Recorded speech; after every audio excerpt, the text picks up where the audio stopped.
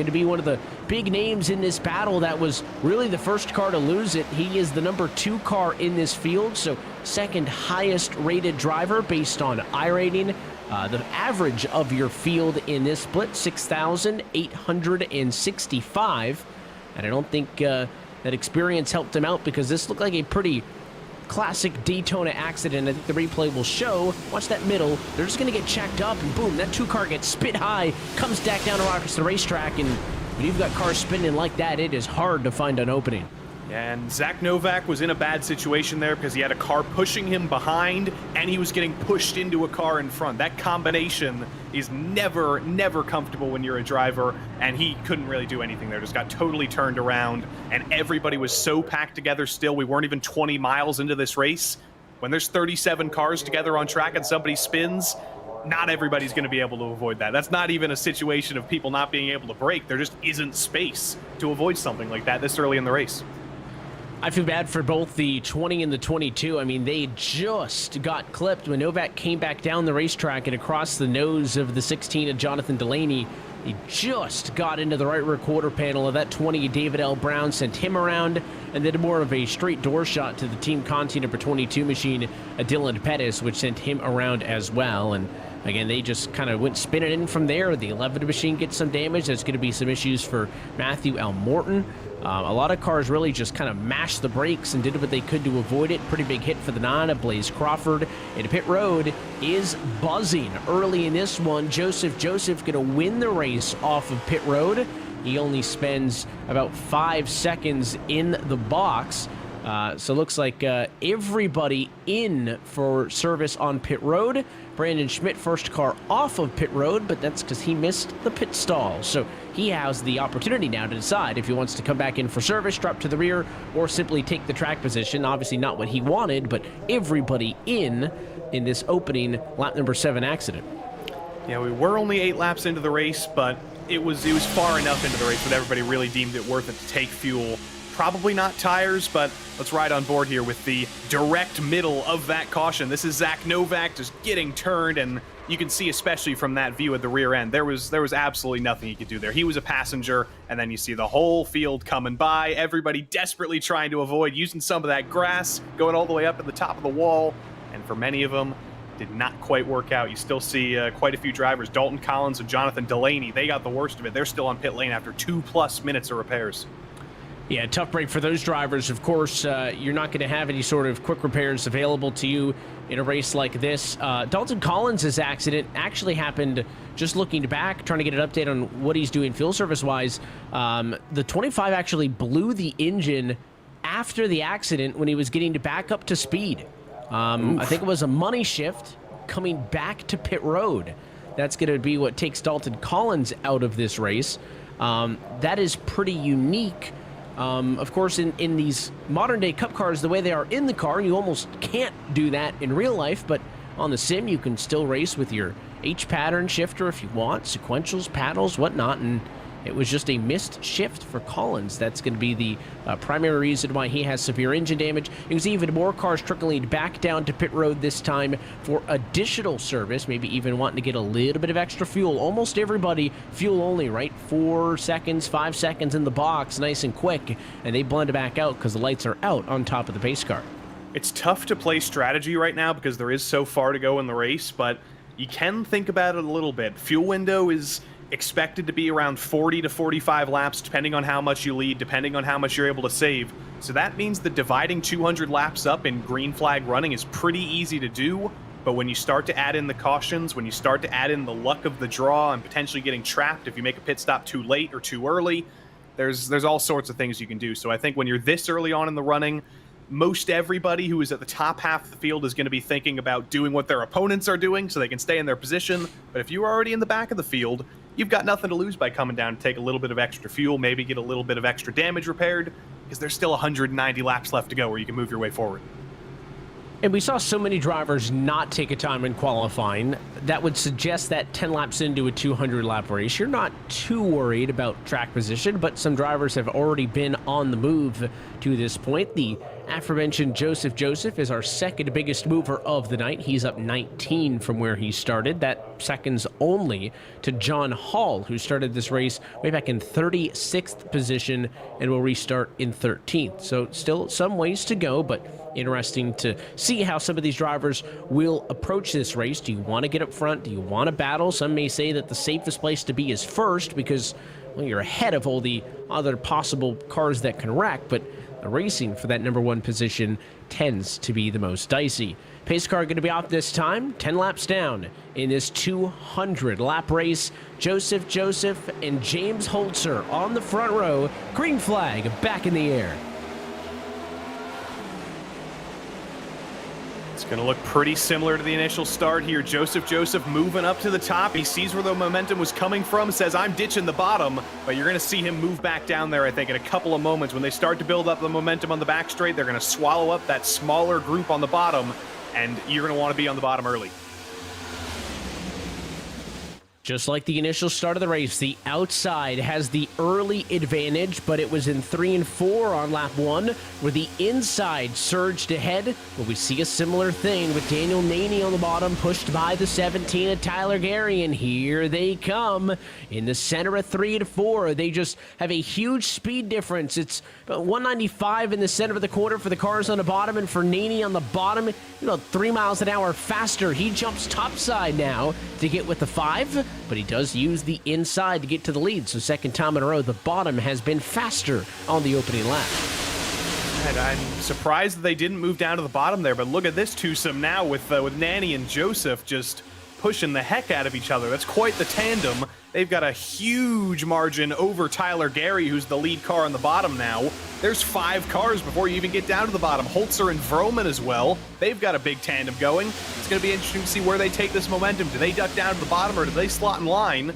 Vroman and Holzer are going to take their momentum and stay exactly where they are for the moment. The advantage topside, about 4 car lengths over the cars down low, but not a lot of space through any of this field as everybody seems to be pretty aggressive still early. So a quick peek at some 3 wide. They clearly thought better of it for the moment. And we go back down to 2 by 2 with that 17 car of Gary leading the way on the bottom. The 3, the 4, they kind of duck down. 3rd and 4th in line up top. Kind of go to that middle lane, maybe try to get a little bit of side draft on the cars on the inside, but they're not trying to leave their lane, at least for the moment. They get right back up in line, and that top side slam drafting all the way down the super stretch and off the 3. Yeah, nobody's feeling any fear right now. Even with that first caution coming very early, you're still going to see similar amounts of aggression here. And you see the number 6 of Malik Ray moving up to the top. He is going for the big moves. I think he's got Brad Newman behind him, and they're going to look for some momentum. They're going to get stalled out, though, because Holzer and Joseph and Naney, rather, they say, I see your big momentum. I will block you off and make sure you can't go any further forward.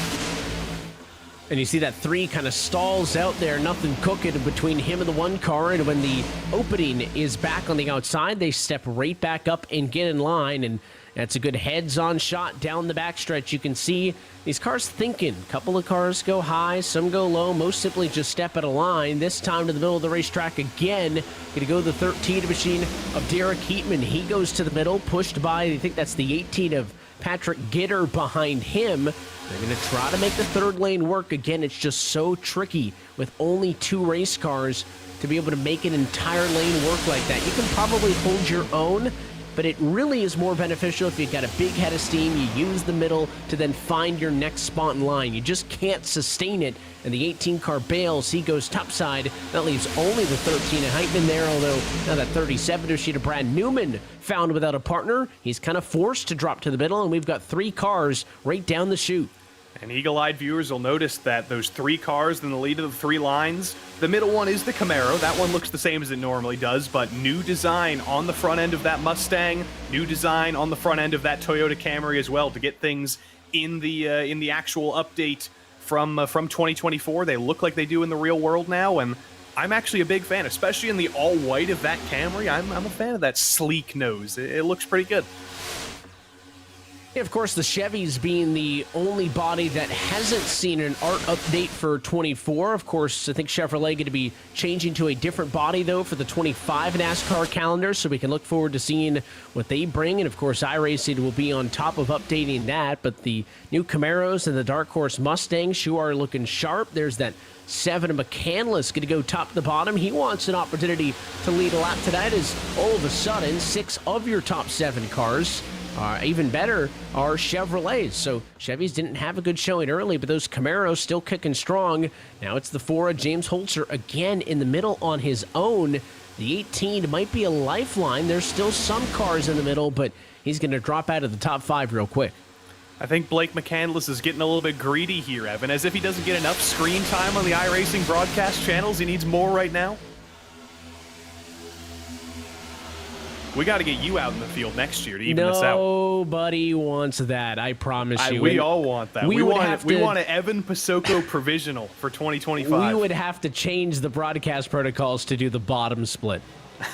You never know. You never know what could happen.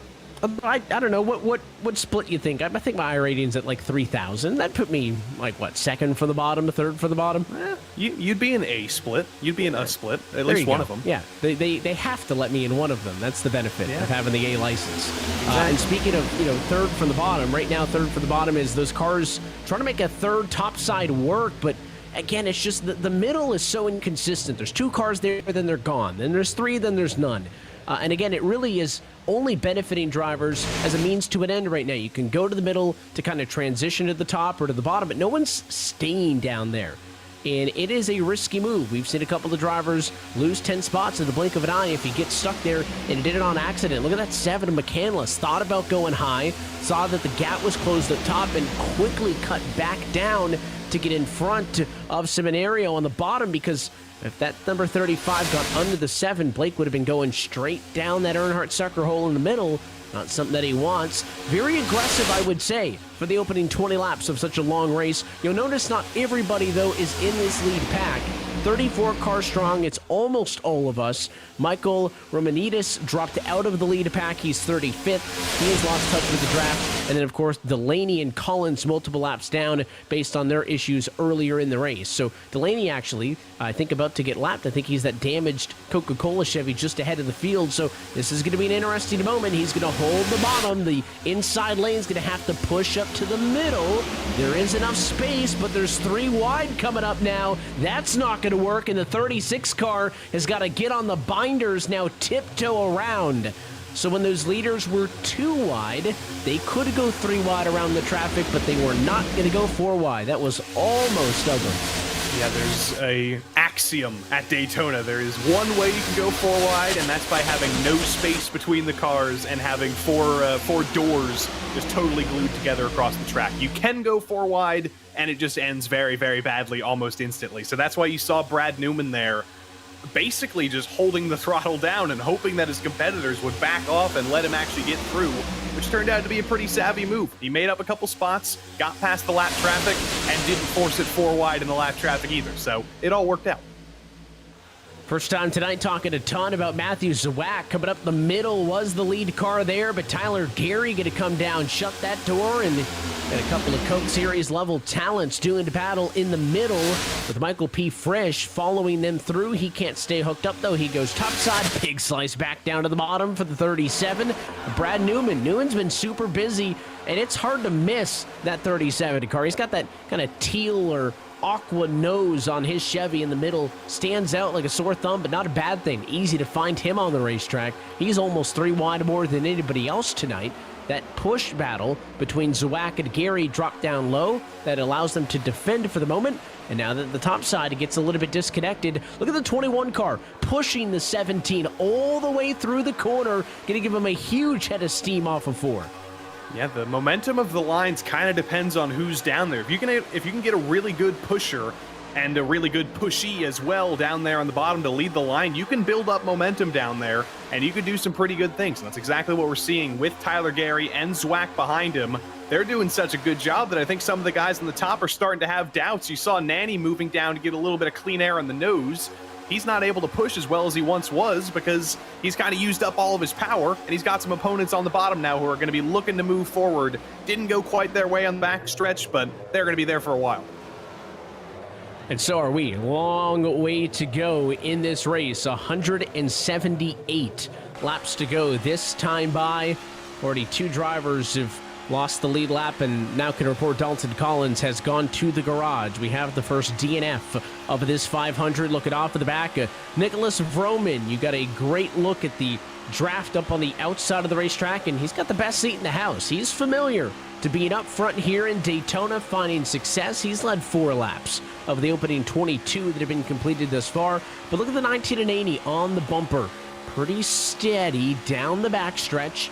But then when they get into the corner, they're going to breathe a little bit. Well, the cars on the bottom have been more aggressive right there. He disconnects on the entry, and then he's going to want to get right back to the bumper the second they get off of turn number 4. Now, you can see the lead cars on the bottom. They're disconnected now. They have not always been playing that game, but then the key to the draft is who can get reconnected soonest. Well, Naney pushed by Joseph behind, but just now they're getting to the bumper of Roman. That was not as quick as they wanted, and those inside cars got reconnected faster. They gained some ground. That is the constant song and dance that happens every single trip around this 2.5-mile super speedway. And there's a science to pushing. It's not just slam into the car in front of you and hope that it works out. You do have to get the angle right. You can't push too far to the left or right as if you're going to turn somebody. You can't push necessarily directly straight forward. That's just not possible. You need to find the right angle, whether that's slightly left of center, slightly right of center, just somewhere to keep that momentum up and not turn the car in front of you, but make sure you're maximizing that momentum and not slowing them down by giving them too aggressive of a push.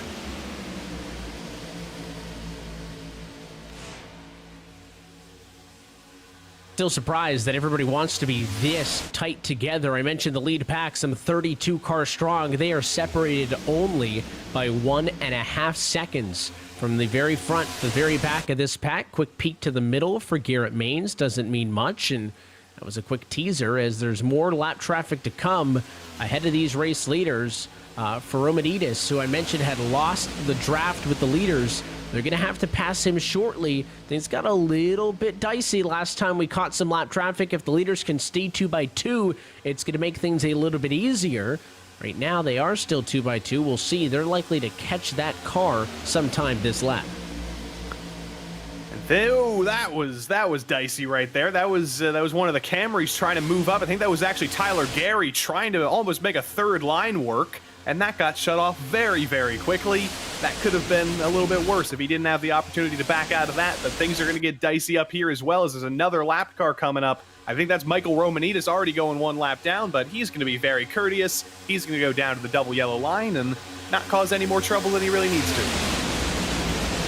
So as expected, and I mentioned they did get him this lap, and the benefit there is, again, there was no 3 wide amongst the leaders. So they're going to go high, try to avoid him. Now, eventually, the 27 is going to kind of get gobbled up by this lead pack, right? He's kind of in the way a little bit on the bottom.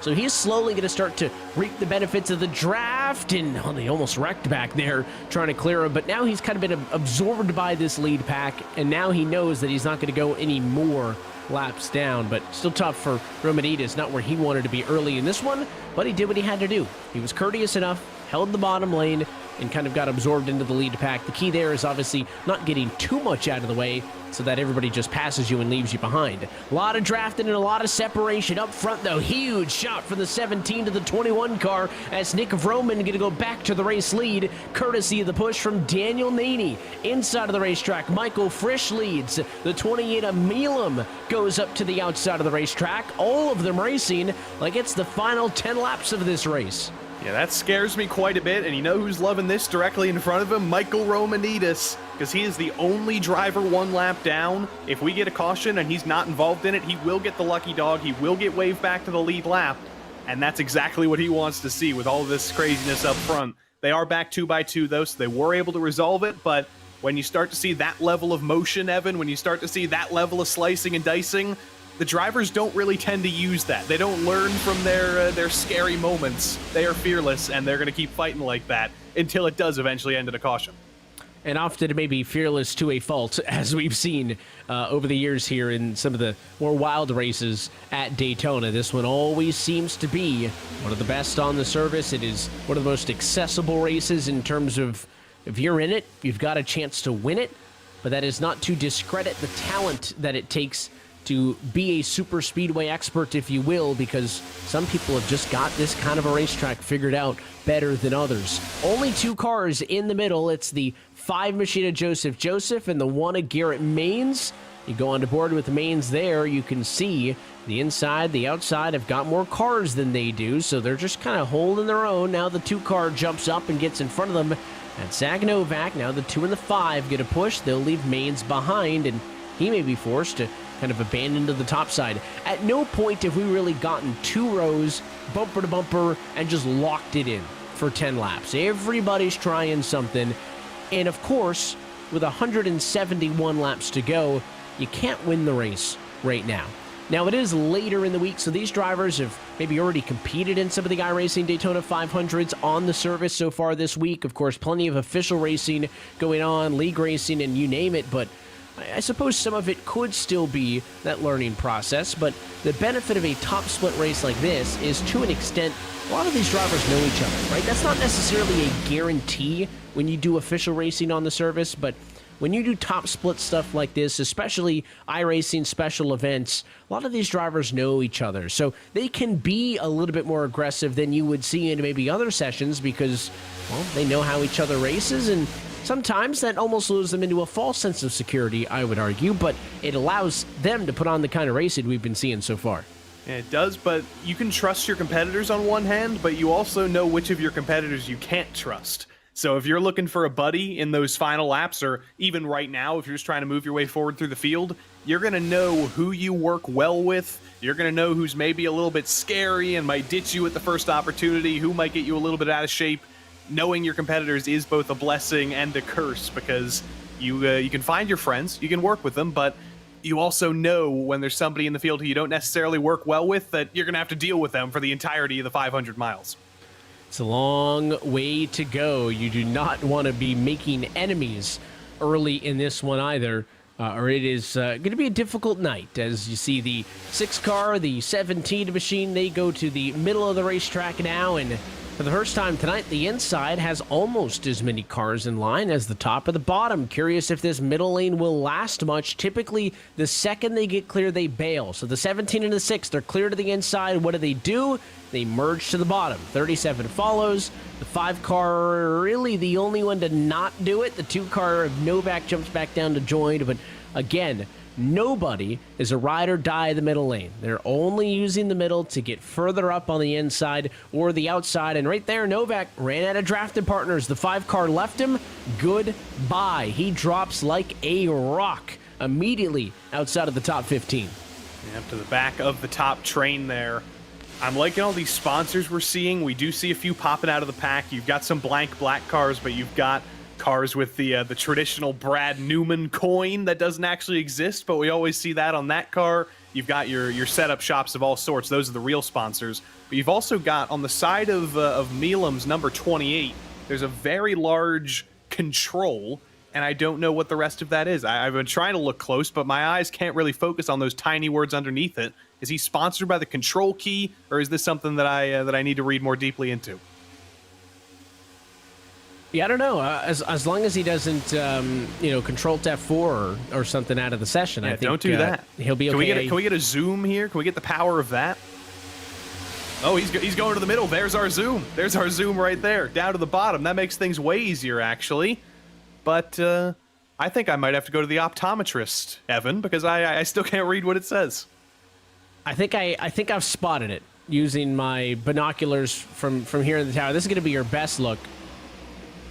So controls and meal replacement. There you go. Okay, there we go. So it's like one of those OD like milkshake things. Yeah, Protein very like shakes. modern day branding. Kind of make the name a hyphenated. Just modern, minimalist.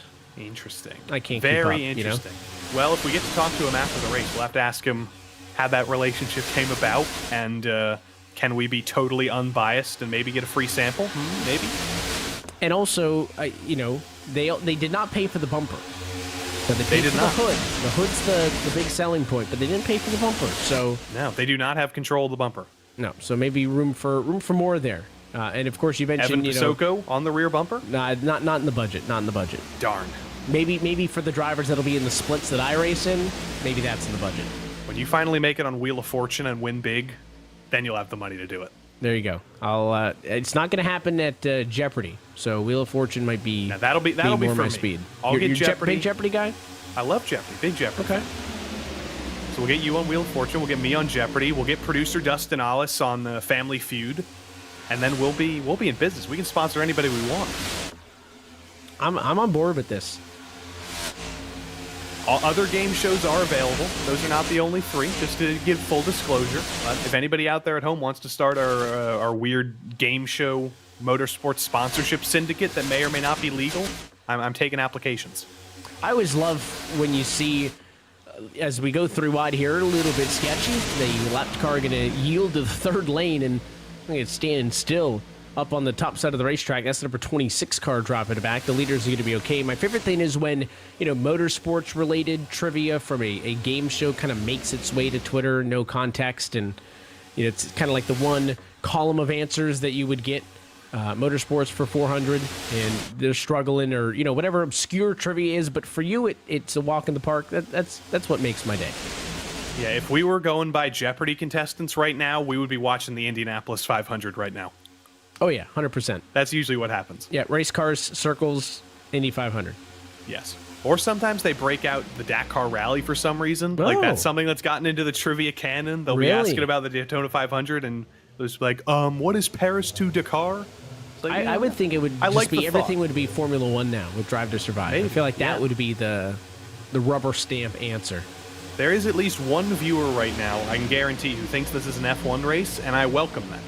Yeah, happy to have you, nonetheless. A couple of extra pieces of sheet metal. In fact, I guess all the sheet metal's more because there isn't any on those cars. But happy you're with us nonetheless, doing 500 miles around this iRacing virtual Daytona International Speedway. And we are closing in on the 1/5 marker in this race as we get close to lap number 40. There's been an accident early in this one, tore up a couple of race cars, but it has not been a calm start for what you would expect out of what is almost an endurance race in oval terms. Drivers have been aggressive. They've been going through wide, pushing in the corners, and you can see the 17 car doing everything he can to work both lanes. Was on the bottom, saw the top side come in with a run, goes up, shuts the door, and now he'll ride with the top side until the bottom gets a run. You can see those cars, 7-8 rows back, trying to get a third lane going. There's 3 of them there. It just takes somebody from the top 5 or so to go down, and right on cue, the 5 and the 1 think about it. That's the blue and the white car, 4th and 5th in line or so topside, but they go right back in line. And it is absolutely an endurance race. You wouldn't necessarily think of it as one because this is one of the few places on the calendar where when you're in single car running, it is just pen the throttle to the floor and drive. But when you're in a pack like this, it might not be physical to the extent that Martinsville is, where you're throwing the car around, or Darlington, where you are legitimately throwing the wheel around, but you're still sweating in a situation like this. You are stressed, you are locked in, and you're actually using as much muscle power to keep yourself pointed straight, to not be going all over the place. So it is physical in its own right, and it absolutely does get physically taxing. It might be a little bit too early for that to be really taking effect, but 160 laps from now, 400 miles from now, people are definitely going to be feeling the effects of racing at 200 miles per hour for 4 hours straight. Look at the outside line, 6 car length advantage. Once that 17 machine went up to take the draft away from that, the 5's the instigator. I know he's your boy. By proxy is, here we go with some pit service. Dylan Pettis seems a little bit shy, only having been out there for 32 laps since they last pitted under the yellow, but he's not the only one. And one car missed pit road and is often ruining the yard work. I think that was James Holzer, who just completely overshot the entry and almost cleaned out a couple of cars. He will not get a penalty because he avoids the pit road commitment code, but I think the bigger penalty is going to be all the time that he just gave away. Yep, he's going to be hoping for an instant caution, but this is a little bit earlier than I was expecting for a pit stop, but it does make sense. because this is basically where everybody would be expected to pit if we went green all the way here. Let's see what happened to James Holzer, though. On the brakes, coming in. He realizes he's locking up. He's not going to make it. He actually, I think, would have made it, but I think he might have made contact with another car on pit entry there. I think that turned him a little bit to the right and made him not make it, because it looked like he would have been able to keep it committed, but he got turned a little bit extra right, and that put him over to the right side of the cone. So Holzer will come down pit road this time on his own. I mentioned that Pettis wasn't the only car to pit from that group. He was joined by Gitter, Bakey, Seminario, Payne, Robertson, and Schmidt. So just a little bit more than a half a dozen cars are in. And here's the look. You're looking for the old black Chevy. Just way too hot. You can see it kind of wiggling, and then when the smoke comes out, it's locked up. But very fortunate for those other cars that they split him both in front and behind, because that's a surefire way to get cleaned out. Is a car that's locked up like that means he's got no steering control. Yeah, did not actually get clipped by another car as it looked from the back angle, but he was unlucky there, though. When he did lock it up, the car did go askew like that, 45 degrees in the wrong direction. If he managed to get it locked up in the other direction and kept it pointed straight towards the cone, I think he would have actually gotten it slowed down, but he was at full lockdown mode there. He was not in control of the vehicle. He was just trying to survive, and he's absolutely hoping for a caution now, which we almost just got in the backstretch. I feel like we were saying that every lap, that we almost got one. Every time somebody makes a move to that middle lane, it's dangerous, because again, I get worried when lanes are not established. If that middle lane was established, that's fine, because they're always there. The problem is, because it's kind of the open lane, all it takes is for one car to make a move to the middle from the top lane at the same time a car does the same from the bottom, and that's it. That's all it takes, and it just gets me nervous when you get the staggering or the kind of discombobulation of those lines. And what we're seeing now is the majority of these cars who have stayed out are now going to start to catch that second pack that you're seeing in the bottom right. Those are the cars who have already come down pit road and pitted in this race. They only have about 8 of them lined up in a row. In theory, they will not be as fast as this large pack. So if this large pack continues to draft up to them, it's going to make things interesting. We'll keep an eye on those lap times to see if that's going to happen. And there's two different strategies going on here. Those drivers that came down in the first group, they came down when they would have normally come down in green flag conditions after about 40, 41 laps. These drivers out right now, they made their stops under the last caution as well, but they're going to extend this fuel stint as long as they possibly can. They're only on lap 35 of that fuel stint right now, so they've got 5 laps at the very least, 10 laps potentially at the very most, that they can keep going here, keep building up that momentum, and if they can catch the draft of this train, that'll be a huge advantage once they come down pit road in a couple laps' time, and that may be the way to go. The strength is always in numbers, and the bigger numbers were the drivers who elected to stay out for the longest stint possible here. And you always wonder, it's so hard to think long-term in a race like this, because all it takes is, again, one bad move, and you're back under the yellow, and that can happen at any moment. But you do have to your point, take that mindset of, we need to figure out pit strategy if we're racing to the end of this 200-lap race. And you mentioned those drivers kind of pitting when they typically would have without that yellow included. It makes the strategy somewhat easier, right? You pitted about lap 40, you pitted 80, 120, 160, 4 stops, you're the distance. The question is for these cars who, again, everybody almost, in fact, everybody did pit in the end under that first yellow flag of the race. All of these cars have gotten a little bit more fuel, right? 8 or so laps fuel more than what they had at the start. I don't know if pushing to lap 50, for example, instead of 40, I don't know if that eliminates a pit stop, right? Somewhere down the line, it will mean that you do not have to take full fuel and you can be a little bit quicker in the box, and I think that is certainly a benefit. I don't know if I would hinge an entire strategy on it, but I think that's the upside as well that some of those drivers are looking for. But again, to your point, the biggest upside is you're still in the largest pack, which means you're going to be in the fastest group. Yeah, and the trade-off there is that shorter pit stop this leading group right now is going to get at the end of the race. They're probably going to have to come in with about 30 laps to go. That was the same shorter pit stop that the drivers who just pitted already took. But this is where things start to get scary. The two packs are joining together, and there's an extra lap car in there for good measure. This is exactly what that lead pack wanted. They want the draft of those drivers who already pitted. They want the extra speed, and this is working out beautifully, I think, for basically P1 through all the way down to the end of the top 20. And their single file, that's fantastic for them. That's so well behaved.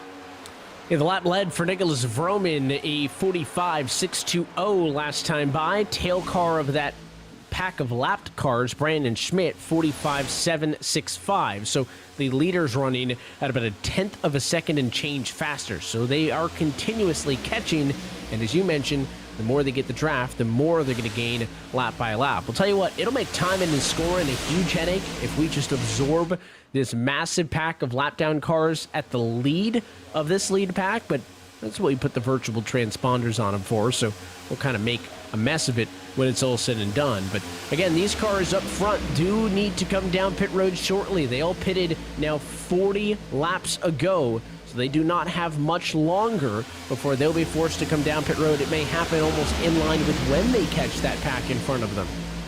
Yeah, and I think you're going to see Vroman and Daniel Naney absolutely coming down first because they've been out front this entire time. Naney's been pushing, Vroman's been leading. They're going to be the first drivers to pit, but will it be instantly? Will Joseph follow them in, or can they extend this that little bit further and maybe just go one lap longer before they catch those leaders? It's going to be a question right now. Do we see them pull hard left across the double yellow line? No, they're going to be able to go at least one lap longer.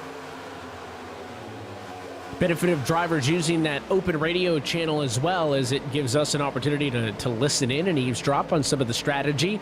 Of course, if you got a teammate in the race, you guys can use a Discord or whatnot, but so many drivers are almost to a fault comfortable using the open radio channel, and I've always enjoyed that because it allows us to get an insight on what the discussions that they're having are. But certainly this lead pack, you mentioned them all behaving single file. It's the first time we've really seen them behave to any effect all night, and it's kind of as this group effort to draft off of those slower lapped cars and catch up, but also pit stops coming up, you can't be 2-3 wide, or the cars up on the outside aren't going to be able to get a crack at a pit road. Race leaders drive on by again, still no takers from the lead pack, as this is more what I was expecting in the opening 50 laps of this race, and we are 1/4 distance through this 500-mile race, 50 laps down, 150 laps to go, still waiting on the first green flag pit cycle for most of the field. This separation isn't really good, though, for this lead pack. It goes from Vroman to Vela, and then look back to Newman. That's 1.8 seconds, now about 2 seconds. That's out of draft range. You can't make that up unless you get single file again, and this is very much not single file. They're almost 3 wide, 5 rows deep. The lead car of this group is actually a lapped car ahead of Brad Newman, and that is not helping this pack out at all. They're now 2 seconds behind P6, and they're coming down pit lane this time. Oh, and they're going to be 4 wide. A lot of contact there. Vroman going to get bounced around quite a bit. I don't think anyone's going to get hit with a penalty. Saw a couple of cars miss their stalls. Maybe he had to put it in reverse. The 5 car misses his box short. Joseph has the gas back up.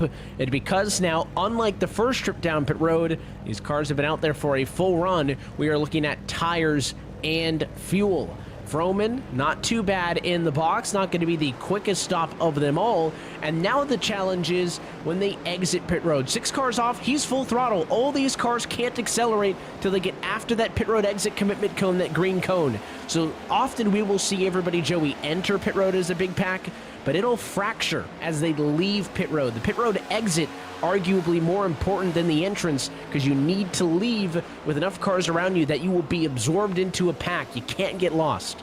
And it's very difficult because there is no banking down there. It is dead flat, and on cold tires, if you're a little bit distracted, things can go a little bit wrong. But everything has worked out here. The number 6 leading this train, Malik Ray, in that number 6.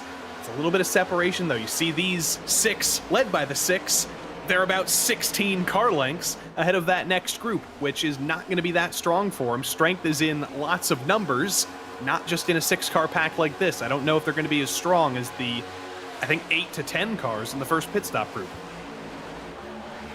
And we're just waiting on the last 5 cars to come down pit road, and they are with Buttafuoco, Zwack, Frisch, and Milam down pit road. That leaves, I was going to say did leave Blake McCandless as the only car who is yet to come down pit road. We are still waiting on the 7. He is now drafted with some lapped traffic as the race leader. McCandless working with Derek Heitman right there. He's the second of those all-black Chevrolets.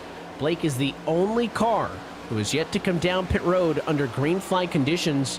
everybody who came down this time pitted from in front of him. My first thought was, oh, maybe he was the leader of that pack, Joey, maybe got caught out, but they pitted from in front of him. So I don't know what the play is for McCandless unless he's trying to go way along, but he'll be in this time. So McCandless pits from the race lead. That will complete the pit cycle, and that'll hand things over to the net race leader. Was the 8 car there, Daniel Buttafuoco, lead car on the apron, but he's going to get overtaken by those cars who are lined up topside, and Graham Bolin pushing Nicholas Vroman. This group of race cars will go back to the top of the leaderboard once they come around. Now it'll be interesting to see where McCandless ends up, right? He pitted on his own. There are very few things worse than a solo pit stop at Daytona. Curious how McCandless fits back into the picture. He's already out of his box. He's still your leader for the moment. Vroman will not be the leader this time by. It's still McCandless, but he's going to be slow on the apron. There he is, and he has not got a chance at beating these cars up to speed. He does not, unless he pulls a Kevin LePage. You never know what could happen. True. But I don't think he's going to do that. He might not show up on the iRacing broadcast channels ever again if that happens. He is going to be down there on the apron. He might actually get caught to the end of this train, because you see on the top of your screen you've got the lead 6. On the bottom of your screen and in the background now you've got literally the entire rest of the field, and they need to start getting organized again now. They were so well behaved before the pit stop cycle came around. They can't afford to be too wide right now. They need almost 30 of these cars to be one by one by one by one if they want any chance of making up that 2-second gap up to Malik Ray. McCandless going to end up all the way at the tail end of this big pack, and all those concerns about getting left in the draft through the green flag pit cycle seem to be qualmed for most of these cars. We've got ourselves a pretty big pack all the way back to McCandless. I would say it's about the top 28 cars or so are still part of this lead draft. Now, that's not to say that everybody got away scot-free. Michael Pre-Frisch loses the draft through the pit cycle. So does Octavio Rondoletto. Rondoletto is back there drafted with another lapped car. David L. Brown also lost the lead draft. So those names I mentioned are about 10, 13, and 17 seconds behind the race leaders, respectively. So they've got some work to do. And now Vroman trying to serpentine side to side as he ended up way too far in front of the field and somehow keeps that 19 car behind him. Yeah, the whole pack died out because they separated. They weren't one by one by one by one in the top 6. They were almost too wide. You had Vroman blocking all over the place, and Malik trying to look for a place to get by as well. And that meant that the entirety of that rest of the pack was instantly able to make up that 2-second gap. And here we are now. Everybody back together. It almost looks like lap 1, Evan. Why did we even run those 56 laps? Because we're restarting the race now with the same old characters. Something tells me we'll be saying the same thing at about lap 195, right? It's a brand new race. Who cares what happened in the first 195? The only consequential thing that you can do in the first 495 miles of this race is wreck. It's the only thing consequential you can do. Now, unless you're out there to get a good points day for the team and really want to get your sponsor exposure and lead laps and get some NAS points, that's a valid opinion, I suppose. But again, the only thing that you can notably do is take yourself out of this race. We have seen so many drivers, again, just in the 57 laps that have been complete thus far as the ones into the outside wall. Big late block from Bolin on Maines. Maines took it to the fence. And now it will be the 15 of Bolin dropping back. That's the old black Toyota on that third lane. He finds a spot in line. Surprisingly, we're still green. We catch a replay of that, we're going to see that was a caution waiting to happen, and it's shocking that it wasn't. Vroman's still blocking up there on the top line. He is desperate to lead, which is interesting because a driver like him, who's been leading for a solid percentage of this race, I don't think he necessarily wants to continue to be in the lead if he has the chance. But there's what happened on the back straight, the block of the century. And if Garrett Maines stayed any more committed there on the outside, that would have been a caution. We are so lucky. The field is so lucky that Garrett was smart about that and backed out before that was very big. Almost was a big one. We had quite a mess right here in turn number 3 in the opening laps of this race. Since then, they have tried to add a couple of cars to the record, but much to our entertainment, have been able to pick it up in the end. And almost back to the single file line that we had entering the pit cycle. The only 3 cars topside, that 3 of Vroman, the 19 and 80, and the 1 of Garrett Maines. They're up on the outside, couple of cars towards the back. You can see sticking a nose out, thinking about it, trying to make some headway, but this lead pack for how dense the 2x2 was when they first formed back up is kind of sizzled out a little bit just based on how discombobulated things got. You want to hear something that should be physically impossible, Evan? You see the number 29 in this lead pack, Dallas Pataska? You know what his safety rating still is? 4.95. This guy's been racing on super speedways all week, and he's got a safety rating of 4.95.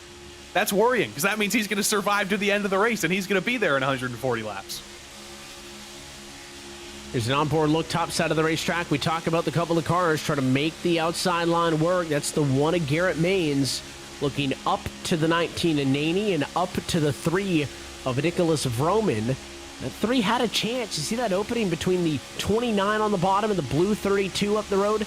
There was a chance there for that 3 of Vroman to jump ship, go to the bottom. Instead, he stays loyal, for the moment at least, and sticks to the outside, and these 3 cars will continue to do their best. Now, when the outside line has a significant numbers disadvantage compared to the cars on the bottom, you're going to have to get creative. It's going to involve a little bit more pushing, as well as you kind of see them drop down and going to get a little bit of the side draft as well. They're going to have to work a tad bit harder to make the same speed that the leaders are. Look out, another huge block. Smallwood tried to go around Tyler Gary. It was a late door close, and again, they almost wadded them all up. But we talk about the Daytona rule of 3s. We've just used up 2 of them. We've used up 2 of our strikes. The third one is not going to work out so well. The first one was Garrett Maines. The second one was Smallwood and Gary there. And if there's one more instance like that, which we might just get here with Brad Newman in the middle, we've just gotten away with 3. You don't normally get away with that. That was Dallas Pataska, though, using that 4.95 safety rating to make sure that wasn't a caution. They're trying their best, and they're still going at it. Huge crisscross inside and out. That was a Euro step in the tri-oval from the 15 car. Trying to work both lanes for Graham Bolin. He will settle down topside and now goes 3 wide. Of course, that's what I get for saying he settled down. Quick punch to the inside. Can't clear the 1. And it's just going to drag him and the 1 car back. It's hurting both him and Maines.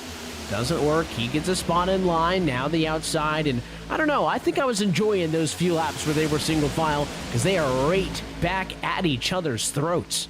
I was enjoying the calm, too. We were living our nature documentary lives. We were interacting with the people in the chat. We were talking about game shows like we will at the retirement home in 70 years.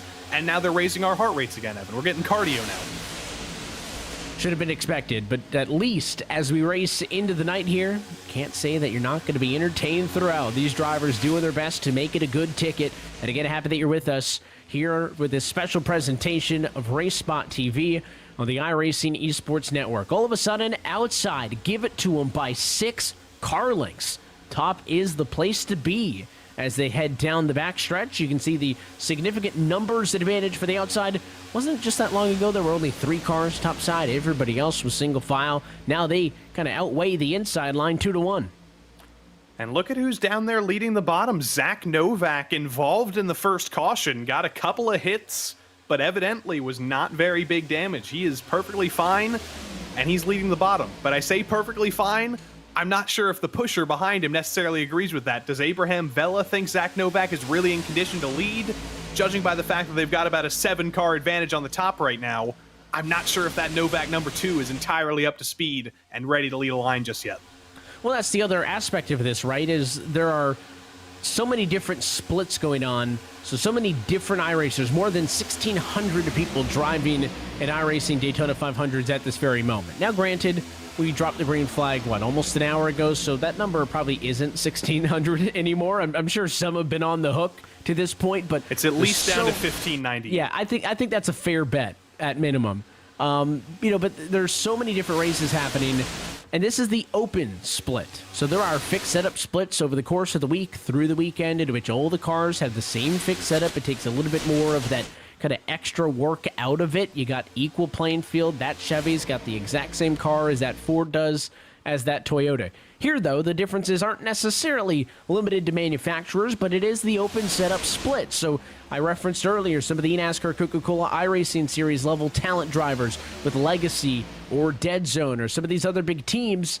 All these cars are not created equal in this race tonight. They are not, and the other big thing for Novak is he may have been able to get all of that damage repaired. He might have 0 seconds on that clock when he pulls into his pit stall, but he's still going to be feeling the effects of that. That is not going to be the same car he had at the start of the race, or even the car he was competing in top level of competition here on eNASCAR. He's still going to be struggling for the rest of this day, and he's going to be hoping that by the end of the race, there's a few more cars in this pack who have similar levels of damage and are on struggle street to a similar level to him, because right now he is still feeling the effects, and he's going to find it very difficult to fight with perfectly pristine cars like the number 17 of Tyler Gary that does not have a single scratch on that porcelain white Camry. I feel like that's a jinx. Not yet, at least. You better knock on some wood. But when you come or into something. a race with an all-white car, that's like driving an all-white car on the road. It can only get dirty. Asking for it is what you're saying. It's exactly. Like it can only get dirty. Them. I That's have fair. a white car, Evan, and I drove from Connecticut to Maryland in the summer, and it was like I drove through a bug sanctuary. It was half black. I will say, though, as we get a good look at that Columbia 32 on the bottom, I would say, though, I think black cars show dirt more than white cars. That's my hot take. Maybe if it's bird poop. If you have, I have a black car. When the car is clean, like fresh out of the car wash, incredible. The second you drive half a block, filthy. This is why we need more colorful cars on the road. There's too many whites, there's too many blacks, there's too many grays. Yes. I want my next road car to be painted in Brad Newman teal. I was just going to say the same thing. That teal nose Can we get can that see going? from anywhere. Exactly. And like, you don't see brown cars anymore. You don't see highlighter green cars anymore. There's so many options. Stand out. The Menards yellow, the Exactly. GoDaddy green. That's my favorite color. If I get a Menards yellow car, I'd put myself at high risk of carjacking, I'm sure, but that's a risk I'm willing to take. I've heard of Arrest Me Red. I don't know what Menards yellow equates to, but It's carjack me and skin me yellow. well, that's the old white 17 who's making noise topside. Tyler Gary right along that white safer barrier on the exit at turn 4, and the odd man out in this case. Can't see the number because of the sun shining on the roof of it, but that was the one of Garrett Maines who finds a home topside. He drops back to about being 7th in line or so.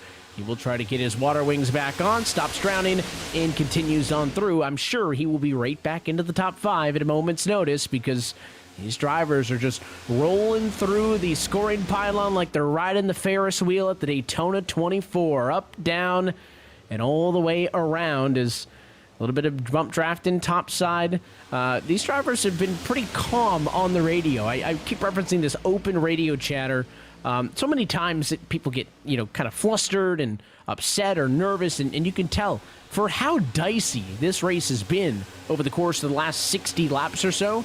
They're pretty cordial and calm on the radio, just having some casual conversations while you're 2 and 3 wide at 202 miles an hour that time into turn 1. Yeah, we're all friends here. There's no reason to get mad. That's what that hockey player said. It's just a game. Why you have to be med? That's what all these guys are agreeing with right now. They're having fun.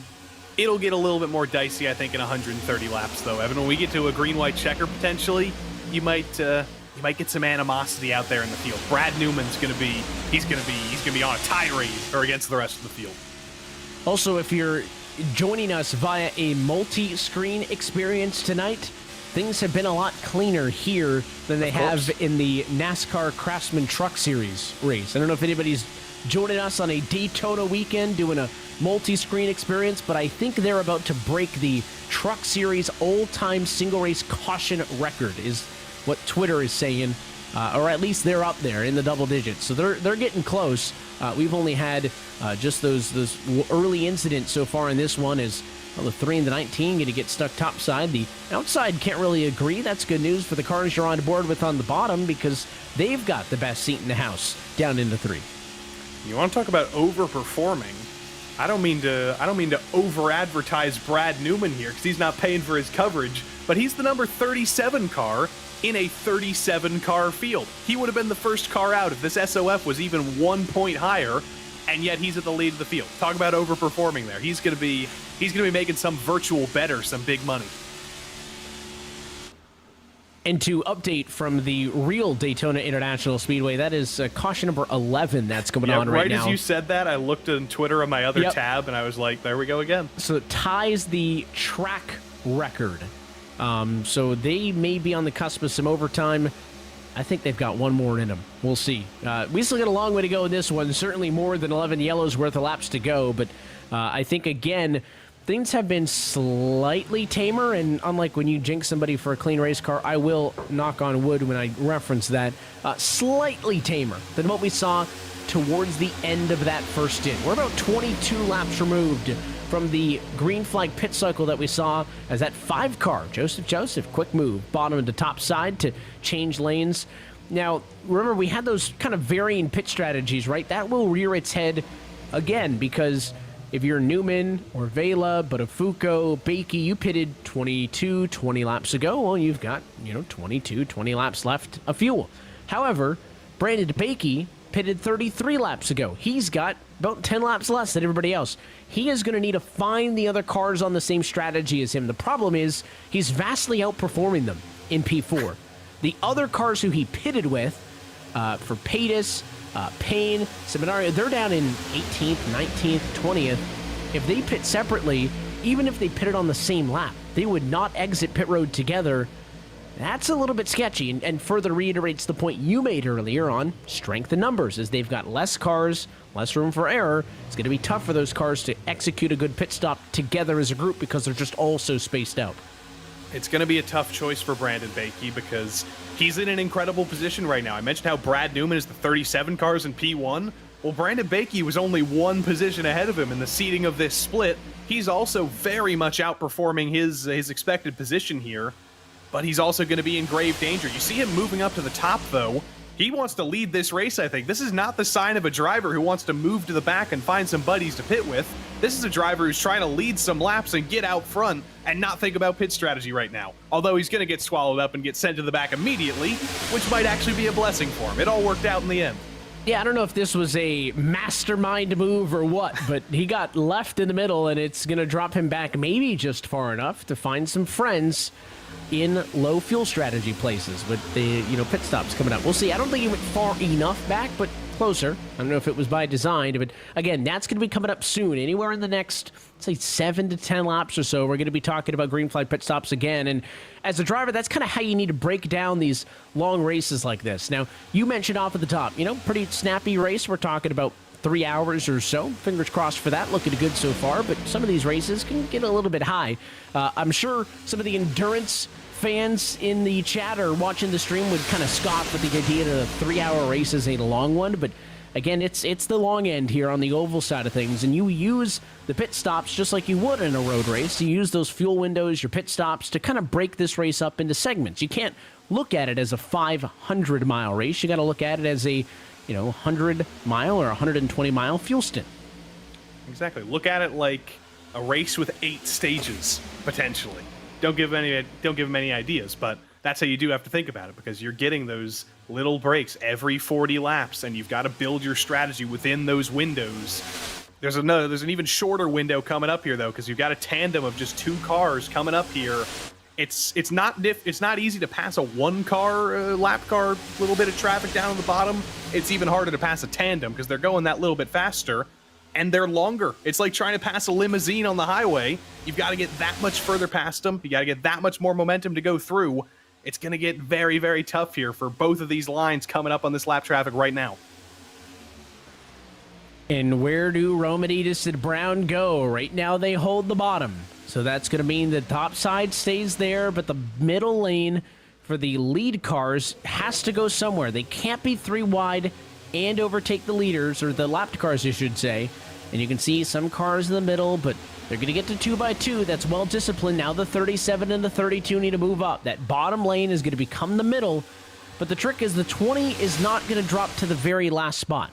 They're going to, right now, instantly, they're gaining speed because they're starting to get a little bit of side draft off the cars in the middle. Not a ton, but a little bit of side draft. Oh, a bit of a hip check there for the 36 into the 27. But look at the 20, absorbed into the pack. If you wanted to be non-intrusive, you would go to the outside. It would allow the leaders to pass you faster. You would get past. but they choose the bottom because it's a little bit disruptive, right? You're yielding enough space for them to get around you, but you know that just based on the speed, you're going to get kind of picked up by that group, and those two lapped cars on an island no longer. They're now part of this larger pack of cars. And David Brown in the 20, who was able to put himself in the middle of the field, he's now in lucky dog position. He's only one lap down, and he's about 17 seconds ahead of James Holzer on track. So if we do get a caution and he's not involved, he'll get waved around. He'll be back on the lead lap. Michael Romanidis, who was the lucky dog a little bit earlier, you saw him be a little bit more courteous and fall all the way to the back of the train. That's because he's already 3 laps down. He needs multiple cautions and quite a bit of luck if he wants to get back on the lead lap of this race. So he's got nothing to gain for putting himself in the middle of the pack. First group of cars that pitted under green going on 39, and this time by 40 laps since they last pitted. There are 120 laps to go in this iRacing Daytona 500. If you pit now, you would have very equal 40 lap stints to the end of the race. It would have to pit 3 additional times at about lap 80, at about 120, at about 160. Those cars who pitted later have slightly modified numbers. They can go to about 90, about 130, and therefore when they pit at about 170, they need to take a little bit less fuel. That's if they decide to use that less fuel stop for a little bit of a quicker time in and out on that last pit cycle of the afternoon. The sun breaking out of the clouds as well here virtually in Daytona. As things continue on, inside line still led by the ever-recognizable 37 of Brad Newman. Radio chatter starting to heat up. James Holzer says next time he's going to be coming to pit road, he is a lapped car, but it's worth noting to get into the mind, he pitted as one of those first cars the last time, so curious if that will correlate with the likes of Bakey and others. Yeah, he might not be alone because as they crossed the line that time, the two Brandons, Schmidt and Bakey, they're on lap number 41 of their stints. They're together with Patrick Gitter in the middle of the field. Dylan Pettis is back there as well. Matt DiCiani. There are multiple drivers on the same fuel stint who are down there on the bottom. We may see a mass exodus of the track here and see about 5 to 7 cars come down pit lane this time. If they elect to come down this early, they may want to stay out that little bit longer, though. Go as long as humanly possible. Save that little bit more fuel, or maybe even hope that the caution comes out from this next bit of lap traffic getting past. Lap traffic again, holding the bottom. Going to be a little bit trickier for the 13 machine Heitman to get absorbed into the pack. The whole spiel I went on, it does require a little bit of drafting help. He'll probably catch on to the tail end of this one, and he does. So, you know, this lead pack is not just lead lap cars. There are so many drivers in this mix, either at the tail end of the lead lap or just a lap or two down, just because every time the leaders come by, they kind of absorb anybody that they catch. Tyler Gary's got a good advantage up front, going to be 83 laps down this time by, just looking for takers, but I guess the benefit being for the cars who pitted a little bit earlier is they've been in the mid-pack this entire time, right? So they're certainly saving a ton of fuel. If you're up front, as McCandless, Frisch, and a couple of other drivers who were not in this lead pack do come down pit road and get their service completed, you know, if you're in the middle of the pack, Joey, you're using a lot less fuel than the cars up front are because you can almost never really run full song. So not surprising that a car in the middle of the pack can do about 45 laps when the car leading the line could not. Yeah, it's almost like traffic on the highway. When you're in the lead of a large group of cars, like when you get out of the office first at 4:30, you're running into nobody on the road. But when you get out of the office and you're driving home at 5:30, you're running into cars in front of you, you're lifting off, and there you see everybody from lap 42 or 42 laps ago. Their fuel's expended, they're coming down pit lane, and that's a very big group of cars. That's what you wanted. You wanted some buddies when you come down on an alternate strategy like that. You see this lead pack a little bit smaller than it has been. That's because that big group darted off to pit road. Total takers, Bakey, DiCiani, Payne, Gitter, Pettis, Samario, Schmidt, and Robertson are the drivers down pit road. They were almost all of the cars left who had pitted on that first green flag cycle about 44 laps ago. Their key is going to be obviously getting out onto the racetrack in a large pack and trying to draft. Looks like a bit of too good of an exit there for Bakey, though. It's going to take some time. They will get linked up, but not the most coordinated exit. and now we'll be right back where we were, 40 laps ago, right? They're going to blend out onto the racetrack, and then this lead pack of cars who is yet to pit is going to try to catch them. And it's going to be a big separation with this group as well, I think, in terms of pit stop laps, because Tyler Gary has been in the lead for a very long while now. He's going to have to pit before a lot of those drivers in the back of that lead pack, because as I mentioned, when you're at the back of a train, you're getting a car in the lead of the train that's going full song. Joseph now down to the bottom. He's expending all the fuel in the world, but go back to 7th, 8th, 9th, 10th in line. There's a checkup and a checkup and a checkup and a checkup to the point where if you're all the way at the back of the train, you're lifting out of the throttle and you're saving a ton of fuel to it.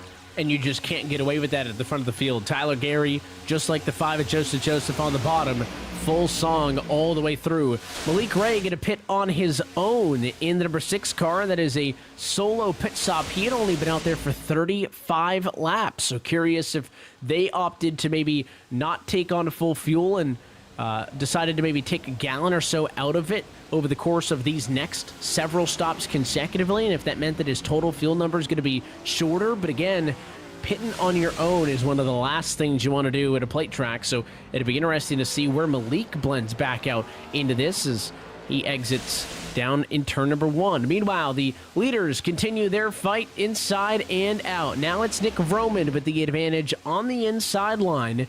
Their number coming up at about 10 laps. You're going to see Malik down the bottom, I think, get passed by these guys very, very soon. He is now actually out of pit lane, or out of pit road, but coming onto the backstretch, there's the whole field coming up. There's the first little pack of about 7, and there's the entire rest of the field. I don't know if he's thinking about some Galaxy Brain strategy that we didn't think of, Evan, but I don't think this was the way to go. Well, we'll see if Malik can prove us wrong. He's been known to make a strategy call once or twice in his day, and he'll also let his Twitch chat know and let that Open Driver channel know as well. Malik, one of the funnier characters around, and always a joy to watch on the service, but see if this one plays out for him nonetheless. Again, these leaders have got a ways to go still, as Tyler Gary trying to close in on the pack of cars who's already pitted. Malik kind of in no man's land. He is getting the draft off of the tail end of the other group, but again, he's just not going to win out entirely in this. And there you go. You can see Malik on an island. He's closer to the pack in front of him, the cars who have already pitted, than he is the pack behind him, which are the active race leaders. So he'll tag in with this group. That's better than not catching the draft with them, so certainly could have been worse. He benefits from the fact that there's 2 large packs. If this race was broken up with a group of 5 here and a group of 6 there and so on and so forth, might have worked out a little bit worse for him. Now I'm trying to think about Malik Island. What would that be like? Oh, we don't have enough time The island to brainstorm of that. I can't think of any islands that end in Ray, so I can't go full pun here. I'm sorry for everybody disappointed at home, but Malik Ray Island. Think about that. If he ever makes the money to do that, I want to be the first invite. If he's a fan of boats, we can give him Malik Del Rey, but I don't think that's an island. That's the closest I've got. I'm here for it. I'll be there. Well, if he wins it, we'll set it up, and we'll interview him down there on the bay, as Malik Ray is off strategy for the moment, but not out of this race yet, because there are still 110 to go, and here we go. Big swing for service this time. 4 cars down pit road. All of them aggressive on the brakes. It's Nicholas Vroman, Daniel Naney, Garrett Maines, and Joseph. They're all in together. Looks like everybody got away with it, but didn't get to see the entirety of their expendables down there, but I think they're all good. And here we go with the bigger pack that's still out there. I don't know what's going to happen here. This is a lot more separated than the previous pit cycle was. You've got 4 different strategies now, maybe even 5 with Malik on the island of his own. It's impossible to tell who's really going to win out. You've got Buttafuoco, Zwack, and all of these guys.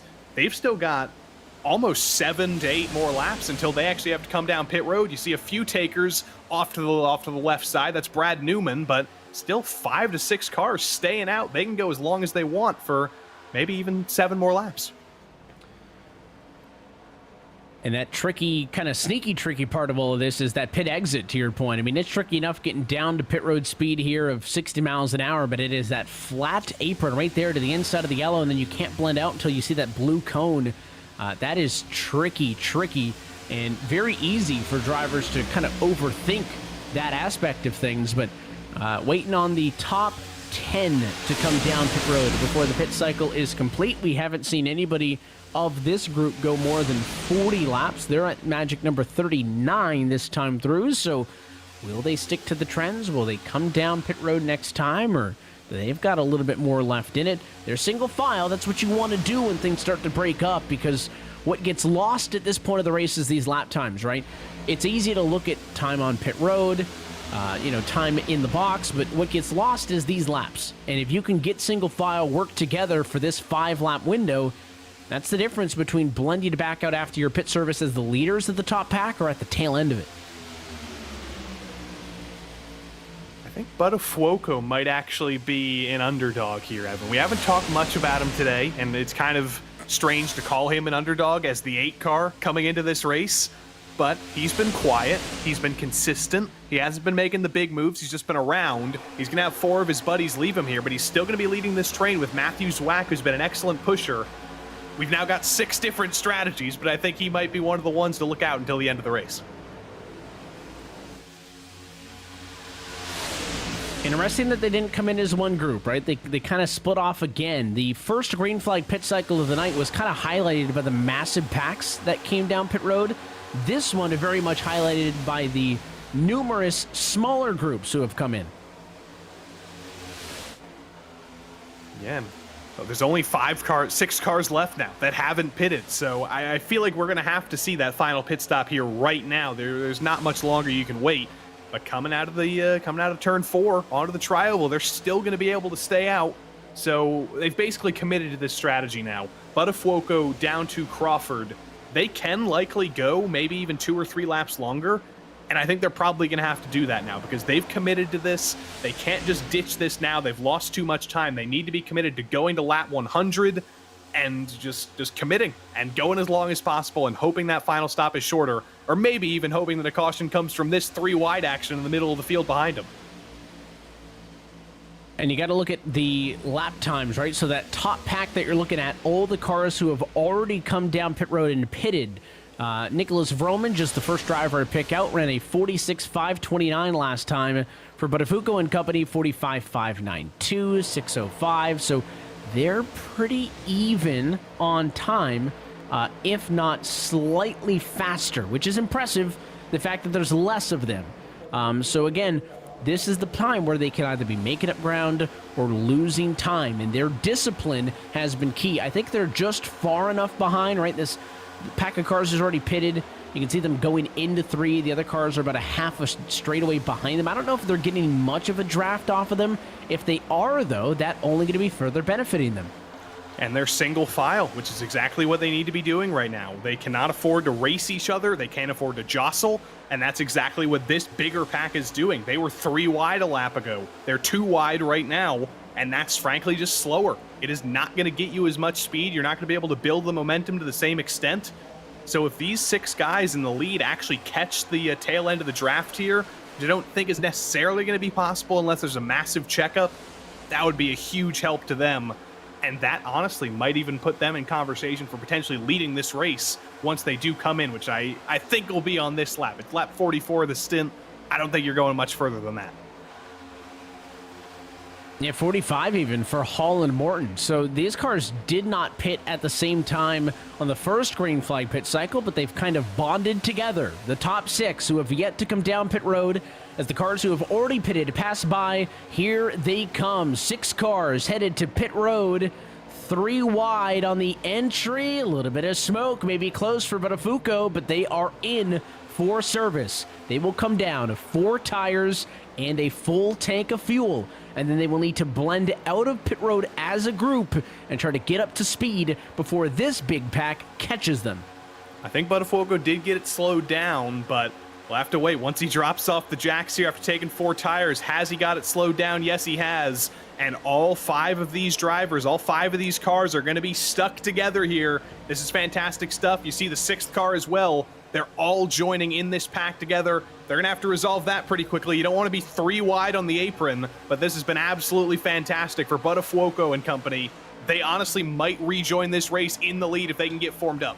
Yeah, side by side, it wasn't great, but they did what they could. Hall stayed on the gas. Morton checked up a little bit to get in line, and Dalton Millman left a little bit of a gap. Milam, to get him to bump draft and get together. So single file on the inside, but they've got to get up to speed. They're doing about 180 miles an hour. The cars behind them doing about 20 miles an hour more. They're going to hold the bottom. Remember that kind of force you to absorb us mentality that some of the lapped cars are taking? This group of 6 is not going to get out of the way. They're going to hold the inside, and when those faster cars catch them, going to make them go to the outside. And what they're trying to do is make it just close enough on fuel that by going to the outside, they would scrub some speed, and they would not be able to complete the pass. And it looks like they've done it. They're fully up to speed now. Yeah, they're still going to get caught, and this will become one large lead pack. But they will be the leaders of this pack when that moment happens, and that is mission accomplished for that 6-car group. We found our winning strategy, at least in the short term, but don't let that distract you from the fact that when we cross the line this time, this is going to be the first time we're in the triple digits of laps. We will be to halfway, but that is only halfway. There is still 50% of this race to go, and everything that's changed up until now could change in the opposite direction the next time around. So hold on to this confidence right now. If you're in this pack of the lead 6, hold on to this strategy if it's going to continue to play well to the end of the race. But there's still a lot of racing to go, and you are not in a comfortable position. Only 1 second ahead of almost 20 cars behind you. Yeah, but working so hard for just a little bit, and you are nowhere near the end quite yet. 30 cars still on the lead lap in this one. I may be most impressed by the fact that they're still holding that advantage, and it's really just because this other group can't get it together. I mean, they can't decide what they want to do with one another. It's allowing that lead group of 6 to be about 0.2 of a second faster every lap. I still don't think they're just going to be able to drive away. I think that strength in numbers will eventually just outmuscle the strategy, but it's the discipline for those lead 6, and we are 100 laps down and 100 laps to go, halfway through this 2024 iRacing Daytona 500. Daniel Buttafuoco has led 10 laps. He's your race leader. We've seen Nicholas Vroman lead 23. Tyler Gary, a race high 37 laps led. He's further back in the field as this lead pack of 6 on the pit strategy got their way to the front. And now that that second pack has largely single-filed out, they are no longer pulling away, and they're going to catch him, and we'll be right back to square one. One big old pack off of turn 4. They were all listening to you, Evan. You told them to behave, and they were like, if the drill sergeant Evan says what to do, we're going to do what he says, and it paid off for him. Look at this. Look at the momentum Vroman's got. He caught to the back of the top 6 about a quarter of a lap ago, and he's already taken it to the lead. That is what behaving and getting in line can do. Working with your fellow drivers instead of just working with yourself and going 2 by 2 by 2. When you unionize with your fellow drivers, when you work together, you can do big things, and you can make an absolute freight train up here on the top. That was a 44.7 second lap time from Nicholas Vroman. It was his fastest lap of the race. And no surprise there. No draft in front. That was simply the coordinated push from behind that pushed Vroman out, and he will lead his 24th lap of the afternoon on the outside of the racetrack. So it goes to show when you work together, not the worst idea I've seen. Some more lap traffic up the road. Again, that's going to be the constant song and dance. Octavio Rondaletto, James Holzer, they're going to get caught in a couple of laps' time, and those drivers will find themselves falling another lap down. They are both currently, or actually, Rondaletto's on the lead lap. Holzer's 1 lap down. That would be big because it would give Rondaletto the lucky dog position, and it would take it away from David Brown, who is in the lead pack. So there may be kind of an interlead pack lucky dog battle of lapped cars who are actually in here and mingling amongst the leaders. But Vroman and company, once they got it together, they took off, and it's about a 60-40 split percentage-wise, a little bit more cars riding the outside line amongst this lead group. I do wonder, though, we've gone so far now, 104 laps total, almost 100 laps green. When does that start getting a little bit more dicey? We've had those moments of 3 wide, we've had a couple of hip checks, we've had a couple of squirrely leaders, but we haven't really been close to a caution in about 100 laps. I don't know if that's going to last, though. I don't want to jinx it, Evan, but it comes to a point where you go this far green and drivers start to get a little bit crazy. They start to know that once you're past 50% in the race, you do have to start making moves if you've been holding back. And that's when things can happen, potentially. That's when things can go wrong. It's also a little bit tricky to maintain the discipline, right? And I think there is again, some of the endurance racers may scoff at the concept, but 3 hours or so, if you go green, a lot's happening, right? Because proximity car to car is so much closer on the oval side as a general rule than it is on the roadside. Certainly you don't have different classes of cars. You're not, preparing for cars that are significantly slower than you or faster than you, but in this race, you're never more than 2 feet away from the next car. So you'll notice they're still not really kumbaya, let's all work together and be friends, but it is certainly not the big sweeping blocks like we saw early. That's just mentally taxing. They need those 10 laps before the pit stops to kind of take a breath, reset, get the pit cycle out of the way, and they'll mix it up again. We're 3 wide, they'll do that, but you just can't stay at 110% for every single lap. Oh, we almost just had some big trouble there. That was a pushed car getting pushed into a hole that didn't exist. And that's when you can see the big trouble coming. That's what happened today. If you had your double monitor set up like Evan mentioned on the truck race, that's what happened so frequently in that race. You had holes that didn't exist, drivers not willing to lift, and that combination means crash and means caution. So you need to be careful if you're doing something like that. And there it is. Joseph gets turned off a 4.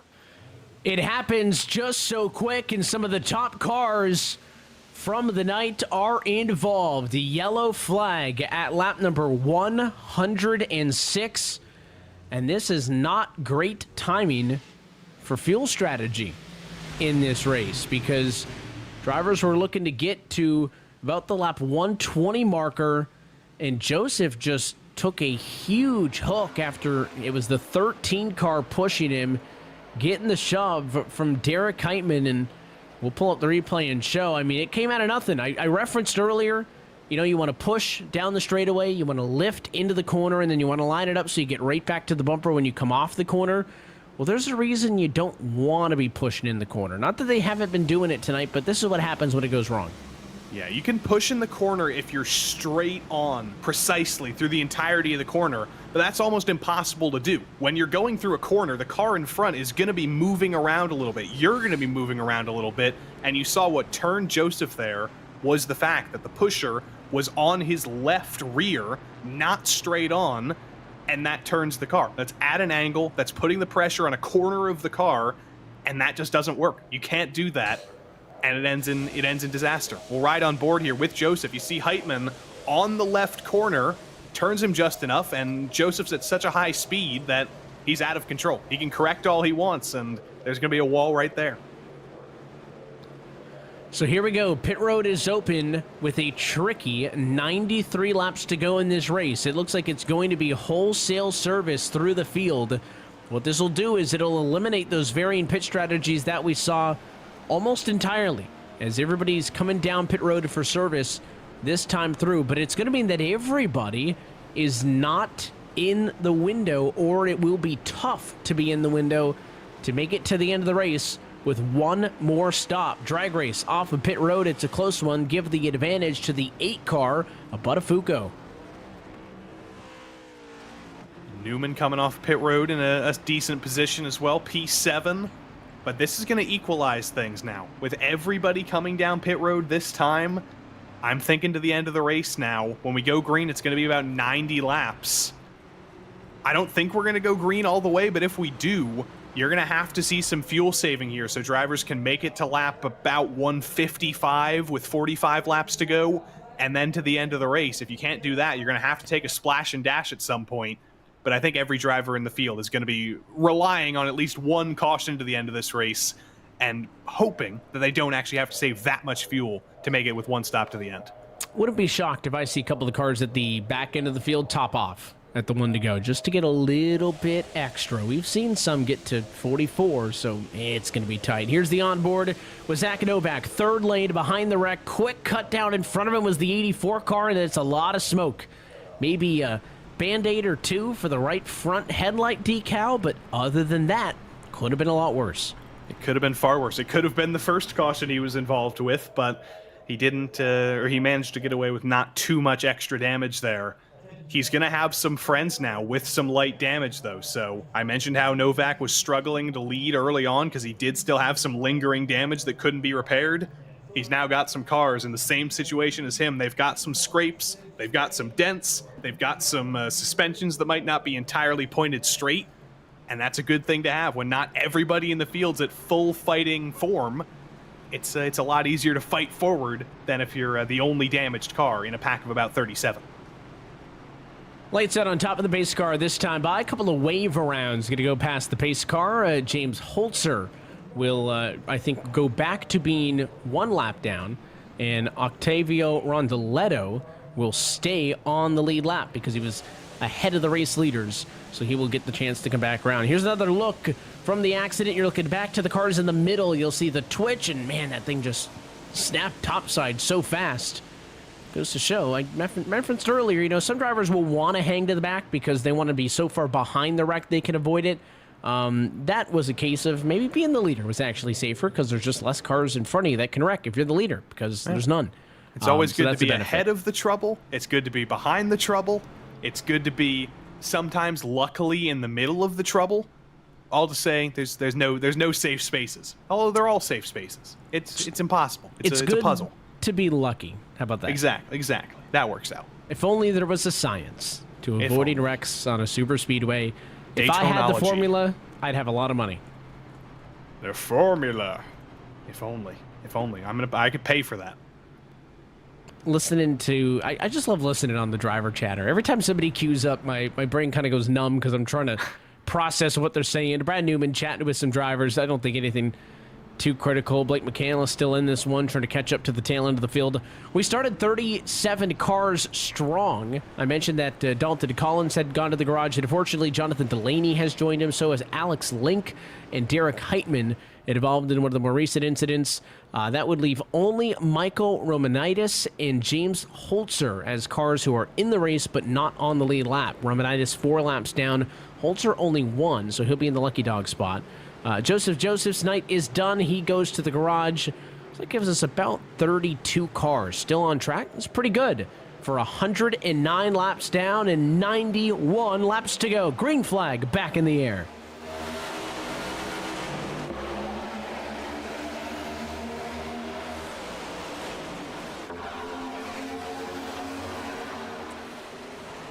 Very well behaved, just like the last restart 100 laps ago, but this time the bottom doing pretty well with Buttafuoco in the lead.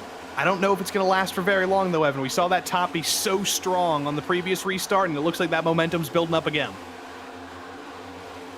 It just always seems to bounce back. The top side gets the jump, and then the bottom's able to wind it up right here is where they've been good so far tonight. And again, turn 3 like clockwork. And give kudos to Garrett Maines. We just talked about the risks of pushing in the corner. He did it, but it was enough to clear both him and the 8 car as they'll step up to the outside and take control as the race leaders. And Garrett tried to go up there on his own, but Buttafuoco said, nope, you are not going up there on their own. I am clear of you, and I am coming up to block you as well. He's living up to that New Jersey license there, driving a little bit like a New Jersey driver on I-95. He will cut you off. He will go to the lead because he is the main character of the road, and he's going to keep leading this race. Thought about it, goes right back to the outside as Buttafuoco kind of working to both lanes, but there wasn't a bottom lane to work there. 32 car, 5th in line, makes the move to the inside. That is Abraham Vela. Haven't talked a ton about that car tonight. Started way back in 35th spot, but a top 5 car and looking to get a crack at the race lead. He's got some familiar names there. He's got Brad Newman. He's led a lot of laps in this race. He's got an unfamiliar name in the middle with John Hall. We haven't talked much about him, but he is in a clean car, a clean number 33. These could be a powerful group of 3. You see them pushing past Tyler Gary, who seems unwilling to really push Buttafuoco. That's going to be Vela with a little bit of a wiggle, getting to lead this race for the first time, and he's going up to the top. Oh, big bobble there on the inside as John Hall got loosened up by Brad Newman. Newman goes to the outside, and Hall got so far out of shape, he's got to hit the eject seat, go to the apron to avoid crashing. and you can't run full speed down there, so he's going to have to tiptoe through the corner, and that car is damaged, and John Hall going to go from a top 5 spot to completely losing touch with the lead draft just like that. Yeah, that's heartbreaking.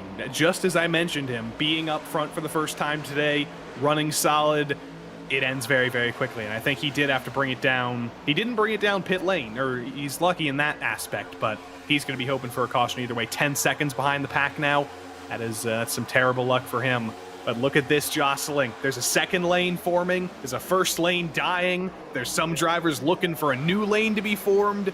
This is it's the prototypical primordial soup where everybody's just trying to form their own civilizations here, form their own lines, and get some momentum back going here.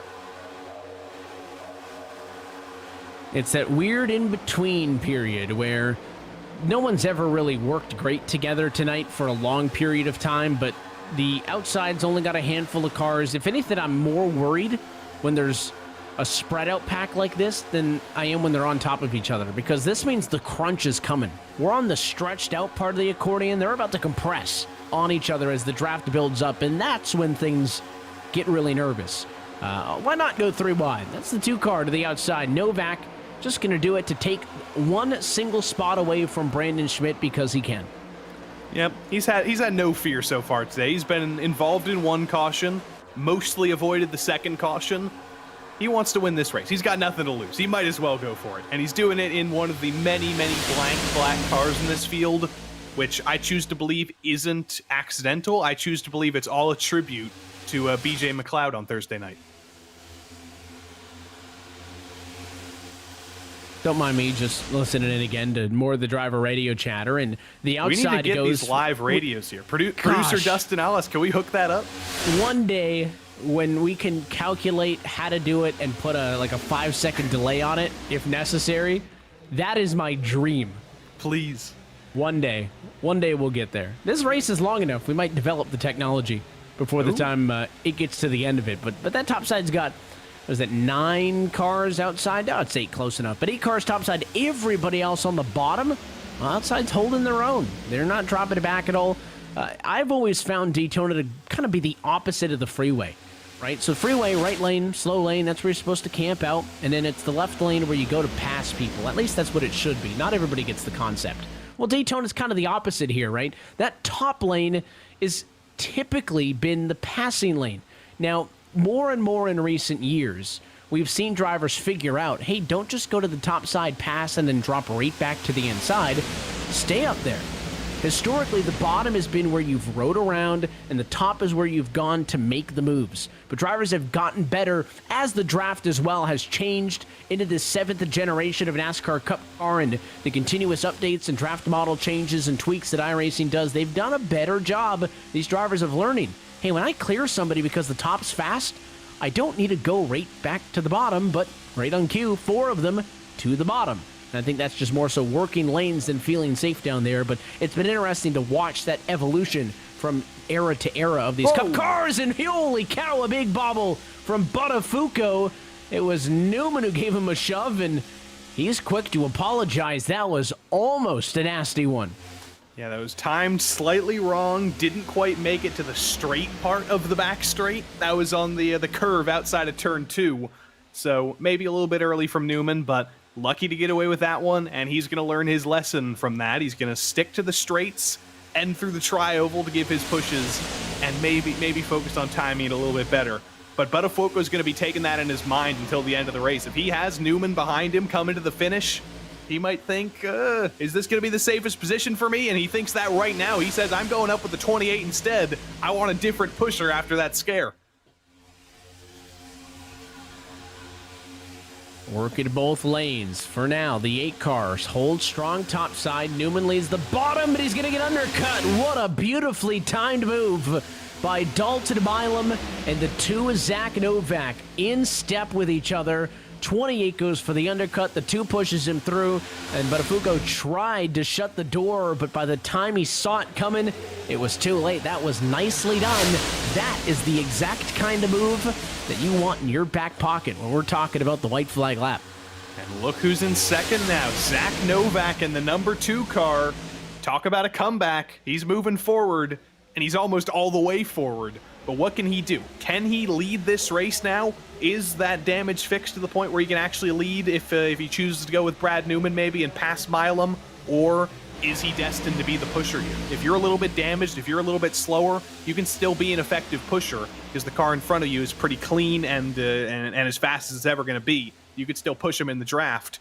But Novak can't be a pusher all race long. He wants to win himself, and he's got to figure out how to get ahead of somebody who's got enough momentum to be able to win this thing. Well, this lead group doing a good job of pushing themselves out in front. It is a 5-car jailbreak, but much like trying to leave Alcatraz Island, it's all going to be for naught. They're going to be caught nonetheless, as those other cars will now draft back up to them. But it was a nice attempt by those top 5 to stay in line and get some breathing room for the moment. But that big, long, single-file accordion has caught back up to them. The only misfits topside going to be the 24 of Brandon Schmidt and the 27 car who's going to find that spot in line first. Bailing is Michael Romanidis from a lap down, and well, it's not a place you want to be in if you are noted lead lap car Brandon Schmidt. He finds an opening, thankfully, because otherwise that was going to be a long trip to the back of the line. You see in P10, Dallas Pataska, he's actually made a little bit of a comeback. I think he was off strategy at one point, had to get 50 seconds of repairs under the previous caution. He's up there in the top 10, and directly behind him as well, you see that number 6 with the Gainbridge sponsorship, Malik Ray. Remember, he was off strategy. He almost got screwed by having to go off strategy. The cautions evened everything out. He's back in the fight as well. Just like everybody else on those 6 different strategies, now they're all on the same strategy at the end of this race. I think we said something towards the tail end of the first half of this race about how almost like, nothing matters in those opening 40 and we just kind of reset and do it again. I think we're kind of at that point, right? All those varying strategies in the end did not serve as an opportunity to win this race. The only thing that happened out of all of those strategies was an opportunity to lose the race, to get off cycle, to lose touch with the pack, to lose a lap. That's the only thing that happened in the pit strategy, was an opportunity to put yourself behind. You can try to lead every single lap at Daytona. You could lead 199 of them. I do not care. The only one that matters, last lap of the race. And you can even lead 200 laps. You can lead 200 laps and still lose it. Daytona's got a way of putting some overtime in there and can never count that out. Still only 1 car on the outside of the racetrack, although we mix it up at least. They're keeping us on our toes. This time the Lone Wolf topside looks like it's the 33 of John Hall. He's 3 laps down, so that's not going to be loss of position. He will simply cycle through behind these lead lappers, and they're almost, again, we talked about this fuel window. If the yellow had come out now, would have made things a whole lot easier, right? All right, let's come down, get our fuel under the yellow, go out 1 green flag pit stop to the end, and we're good. The way they pitted, they came down pit road about 16 laps ago, and they have 77 laps to go this time by. If they want to be able to make it on a 1-stop strategy, you're looking at needing to get 46.5 laps, so about 46 or 47, and that would get you right to the number, and that would also, Joey, require a ton of saving on the second stint. Drivers don't tend to be really good at a fuel saving on the home run stint in these races. I wonder if we dare see drivers be a little bit more cautious this run. Will this single file run its course? Because everybody needs to save more than they have up until this point. Well, I think you're going to see some drivers thinking a little bit like some gamblers right now, because they're gambling on a caution coming out. I think you're going to see drivers like you're seeing here in the top 3. I think Milam, Novak, Newman, and a few others, they're pushing 100% right now. They're not thinking about fuel saving to the end of this race. They're hoping that a caution comes out that saves them, and they won't have to think about fuel saving at all. But you see a few others, I think those are both lap cars coming down pit road this time. They're going to take some fuel and try to make it to the end of the race themselves. But everybody else right now in this single file pack, nobody's saving enough fuel to go 46 laps. There's enough separation that everybody had to push. If you want to gamble a little bit, if you want to assume that a caution's going to come out, it could pay off for you, and you could make it to the end without having to think of strategy at all. The 2 cars that are in are Rondeletto and Holzer. I mentioned them off of the last restart. They had stayed out to get a wave around, so they were still some 40 laps removed from their last actual trip down to the pit lane. So they are forced to pit. What they were banking on was to get a quick yellow they would have loved the yellow 10 laps off of the restart because everybody else would have pitted and they would have been on cycle. On board with Blake McCandless, he was up front a little bit earlier on in this race, led 2 laps right now, P26 at the very end of this long single file train. He's 3 whole seconds off of the race leader. That's both pretty close for being in the 20s and also so far back. Look at that daunting run of race cars up the road that he's going to have to figure out a way to pass in the next 70 or so laps. And how about a little bit of fan service from producer Dustin Allis? We had Danderson24 in the iRacing Twitch chat ask which McCandless is racing tonight. It could be Phillip, it could be Blake.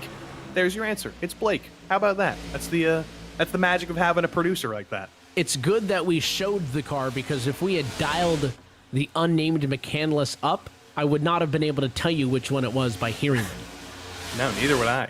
So the name tag is beneficial. I know Blake's brother was in Charlotte with us at the NASCAR Championship last year at the Hall of Fame, and we tried to convince them to just toss his brother in for a segment on Countdown to Green to see if anybody picked up on it, because they sound so similar and they look pretty similar too. So maybe one day, if we get an April Fool's Coke Series race, we'll try to talk Blake into making that happen. Maybe I could do my Blake McCandless impression. Well, Blake had a good me impression back in the day on Twitch, so I think that's only fair that somebody does a Blake impression. I mean, he could be in the booth right now doing an Evan Pasoko impression, and I wouldn't know. God. I would have no idea. That's deep, and he's pretending to be me, his brother's pretending to be him. Exactly. I'm doubting reality right now. Well, this is a simulation. It's not a game. Is this whole broadcast being generated by Sora, that OpenAI thing? That's the new one. Listen, it's not a game. It's a simulation. So maybe it extends beyond the virtual walls of Daytona. Although that would cause an existential crisis for myself. So I'm not going to go too deep down the rabbit hole. Derealization setting in already. Yeah, it's a little bit dangerous. And oh my God, it's real. There it is. The conspiracy's real. Is that a Freudian slip? That's a McCandlian slip. Ooh, that was good. There you go. I don't even know who I am anymore. That's valid. I'm just listening to these drivers make dinner plans and who's making dinner plans? Vela was talking about something to do with eating. I don't know if he's talking about food or if he's just real gassed up to go past some people. I don't know what time zone he's in, but I think some are placing for everybody. Some are placing bets on when the yellow's going to come out. Again, that's what you do at this point in the race. And it's funny because you would think, all right, well, we're past halfway. Things should probably ramp up. But I always find this kind of three-quarter segment, right? So from like a lap 100 to 150 to kind of be the calmest because you're so amped up. By the time you get into the lap 50 to 100 period, you're just getting through your first or your second cycle of green flag pit stops. This is kind of that whole everybody hurry up and wait moment of the race. And again, Malik Gray's trying to recruit people to come down pit road, but they're all saying that there's no groups anymore, right? They're all in agreement with what we had been saying as they're going to work around some lap traffic here as Dylan Apitas holds to the outside of the racetrack and will yield to the leaders. First time we've seen somebody yield high. That's going to make it a lot easier for everybody. But they're all saying, like, we're all on the same strategy. We are all in the same boat. There is only a couple of cars towards the back, like Gary, Zawack, Smallwood, and Crawford, who pitted one lap different compared to everybody else. But, again, everybody's in the same boat here. And that's the consensus, I think, for us and amongst the drivers. Right now, this is just some of the most expensive high-speed rail you're going to find in Florida. 35 cars back, 200 miles per hour. There's not even much you can really say about it because everybody, even with Malik's attempts at convincing people, I don't think there's going to be much change until that pit stop comes around because there's just no reason to. You're not going to be able to move forward because nobody's going to come with you. You're not going to be able to pit because nobody's going to come with you. You just have to ride in line right now. Make sure you're still in contention and make sure you're in contention after that pit stop comes and forces everybody to separate a little bit. My favorite stat to throw out, and it's admittedly not as relevant in plate racing as it is other places, but I would like to look at how many cars started inside the top 10 and how many of them are running in the top 10, right? Of those, obviously, 10 cars started in the top 10, that goes without saying. But of the cars who started, where they are right now. So in the top 10 currently, we only have 3 cars started there. It would be P3 runner Brad Newman, who started 8th, P7 runner Gary Maines, who started 9th, and Daniel Naney, P9 runner, who started in third. There are actually more cars in the top 10 right now that started outside of the top 33 than there are cars who started inside of the top 10. So that goes to show you, when we saw less than half of the field actually put down a time at qualifying, well, that's that exact reason why. That's the magic of Daytona right now. This is going to get a little bit weird, though, because there's a big separation between P12 Matthew Morton and P13 Johan Seminario. It's about 1.2 seconds. These guys have to be careful, because if that gap gets above 1.5 seconds, it's going to be almost impossible to bring that gap down. But they have gotten lucky there. There was a checkup in that top 12 that's closed this gap down. Seminario is going to be able to latch onto the end of this train and bring everybody behind him in. But that was a scary moment for them. That could have been worse. If that gap was that little bit bigger, that could have been half the field losing the draft and being totally out of luck until the next caution came out. And the single file train is back once more. That lead group of three who you hypothesized aren't really saving, or hoping, they're banking that there's going to be a yellow, so they're going to use the fuel to maintain the track position, continue to kind of flirt with pulling away. But again, it's just not going to happen with the way the draft works. And Buttafuoco just went up there to clean some dust off of the wall and pulled right back down in line, just doing something to keep himself entertained as he gets a shove now from Abraham Vela, who, again, we hadn't talked really at all about in the opening half, but David Robertson, both cars, again, the numbers in the field determined based on iRating. So we mentioned this is the top split. If you're unfamiliar with the process, of the 1,600 plus drivers who are racing, we will take, in this case, the top 37 based on iRating and put them in split one, and then iRating 38 through whatever the next number is, split two, and so on and so forth. So the number one car in this race, Garrett Maines, has the highest iRating, and the number 37 car of Newman has the lowest. It's not necessarily an indicator of talent, because Brad Newman's been up front in the conversation all night, but I think it is worth noting out that, Vela and Robertson both started in the 30s. Their car numbers are in the 30s, and they're running right there with the Novaks and the Newmans and the Mainses of the world. So it's impressive stuff, no matter how talented you are on the iRacing service, when you can go up there and go head-to-head with some of the drivers who are running in iRacing's World Championship Series. And by the way, you weren't seeing things in the exit of turn 4 there. You just saw Garrett Maines trying to pull the highest speed game of chicken you've ever seen in your life. He pulled down below the double yellow line, made it look like he was going to pit, and then committed back up on top. He was trying to trick some people into coming down. It didn't work. Nobody followed him down there. But is he going to try and do the same thing again this time out? No, I think the rest of the field and himself have learned that trick didn't really work. But he is going to be moving up to the top. Now we're starting to see the single files over. Drivers want position. They know the pit stop's going to be coming in a couple laps time, and they need to be further ahead in the field if they want to keep moving forward. 28 laps since they last pitted. They need to hit the number 47. So they need to get at least another 19 more laps. That would put them to about lap number 154 or 155. That's the hypothetical number they need to hit if they're going to want to do this on a one-stop.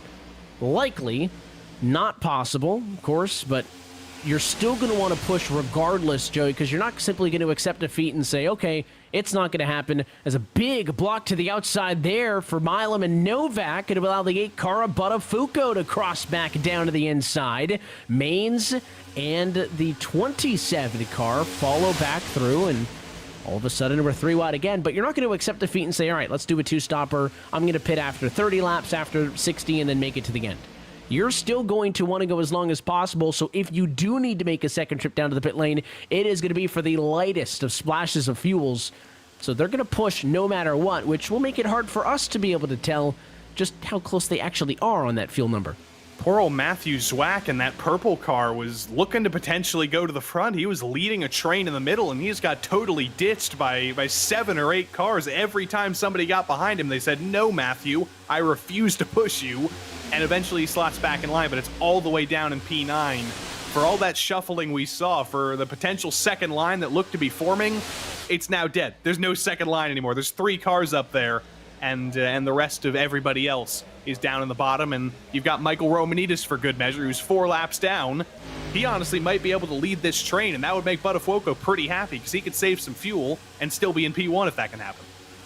And we were, 3 wide, 3 laps ago, packed in, and it spreads back out. And again, that's why I'm more nervous when we're spread out like this, because it means that crunch is coming. It might not happen in 5 laps. I think that last kind of stint of single file was pretty long, but it will happen at some point, and those are the most dangerous times of the race, when you get that big head of steam and somebody decides they're going to go for it. 4 cars on the outside now as they get a little bit of reinforcements. It's Newman who leads it, Malik Ray in second, Michael Frisch in third, and then the 4 car in line who's kind of the tail end of this one. That's a lapped machine in James Holzer. He is actually 2 laps down in 29th spot. He's simply just trying to be a part of this to maintain that status. Again, he's not in the battle for the lucky dog spot. Unfortunate for him. What he would love is to be the leader of this group, so he actually would go from 2 laps down to 1. I don't know if he's going to hit that number, though. Huge run on the top came there, though, but Malik Ray gets taken up to the top lane, and he gets absolutely ditched by Newman and Frisch and Buttafuoco. Frisch goes down to the bottom. I might be seeing things, though, Evan, but the front end of that car does not look as healthy as it once was. I think that might just be the way the paint scheme is, but it looks like he, no, it's okay. That's just how it's painted, but he scared me a little bit. Well, you talk about some dirty cars, a little bit tough to tell on the front of the Gainbridge machine for Malik Ray, but I think for the most part it's all still there. And just kind of glanced up and saw the sun kind of beaming down on us from 1 and 2 and thought, we're kind of felt like we're getting a little bit late in the afternoon. In actuality, it's only closing in on 5 o'clock in sim time, so we've got plenty of time left. Let's take a look, though, at the replay at what happened here. See the field kind of checking up a little bit. Oh, yeah, there it is. And that was a big hit to the outside. That was all the way around in that accident, but somehow we get away with the yellow. He gets down to the apron after the spin. That was Matt DiCiani. So tough break there for him, and doubled up so by he's not even going to get a yellow to repair that car, so he's down under green flag service, and his night ends just like that. Nobody bats an eye up front. That was a great surprise that didn't bring out a yellow. He was both backwards and spinning and sliding 45 degrees across the track. Normally that does bring out a caution, but no luck for him. And also no luck for Tyler Gary, one of the strongest cars in this race. He's been up front all day. He was involved in that only 2-car collision somehow, and that's going to be the end of his chances for this win as well. So terrible luck for the number 17 after it was going so well.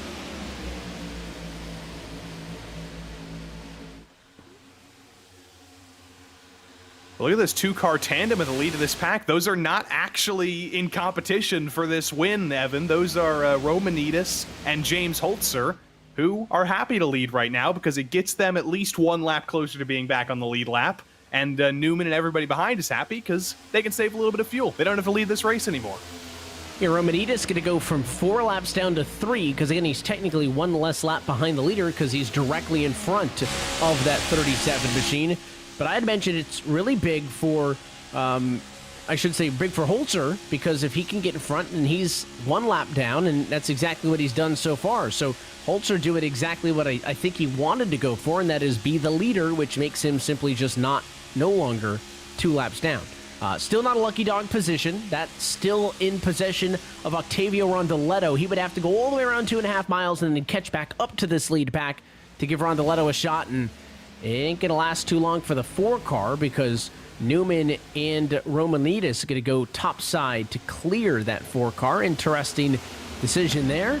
But the 37 follows suit. And listen, Brad Newman doesn't care who he's drafted with. As long as somebody's going somewhere, he'll use you. Exactly. And for all of our friends at Coanda Esports, if you want to screenshot this feed right now, make sure the ticker's not in it, but you've got Michael Romanides in the lead of the field at Daytona. There we go. Producer Dustin Ellis minimizes it just for your screenshot. Make sure you take this right now. He's even got the orange and blue and white on the car. Take your screenshot now. Let's move with this. Let's do a little bit of disinformation. And I'm not even going to lie. I'll just give no context here. Romanides leads the field off of turn 2. There you go. You got your soundbite. You're fantastic. Good. Now we'll clarify. Leads the field as a lapped car, but just get your soundbite, get your screenshots in. Nothing like running up front at Daytona. That's kind of one of the moral victories I would take. Yeah, I'll do anything. If anybody wants to offer me a misinformation deal on iRacing, I will make deliberately wrong calls to make a quick buck. That's my pitch right there. Just start gaslighting mid-race just to get some sound bites in, clip them, send them on Cameo. Exactly. Like, I'll say, anybody in the chat want to be in the lead of this race today? Highest bidder. You get to lead a lap of the iRacing Daytona 500. I think this could be Lorenzo Bonder leads top split. money-making operation. That would be... Give me on Fiverr. Ah, there you go. Cameo. I've done Fiverr before. Do we have time for this story? I think so. We're single file. We got plenty of time. I have once voiced over somebody's bar mitzvah video from being on Fiverr. So that's about the most random Fiverr story I've got. Do you still have the video? I do not, I don't think, but it was really cool. I don't know if this is like patient client privilege confidentiality or whatnot, but the kid did like a whole video. It was like his morning routine, but it was set to be like a sports game. So it was called like a sports game, but it was like him waking up and like, would toss the change of clothes like into the basket, but it was like a fadeaway three. Like it was pretty cool. That sounds... We might need to recreate that somehow. Yeah. So if anybody watching has a kid who's about to have a bar mitzvah, let me know. I've got prior experience. And this he makes is the three into the laundry basket. Almost quote for quote.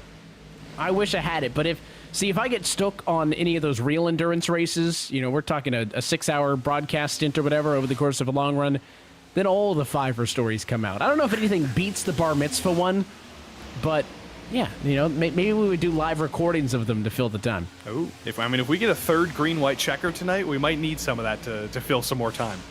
We'll keep it in the back pocket if we need it pushing to NASCAR overtime a little bit later. We've already seen some overtime tonight in the NASCAR world. Of course, the trucks, I think they did beat that track record for cautions by one with a wreck on the last lap. A couple of trucks ended up upside down, and look at this, Vroman just blitzing the field on the back straightaway as that lead group with Newman and company kind of fell apart, and shades of the two-car tandem, at least for a moment, with how fast they went flying through 3 and 4.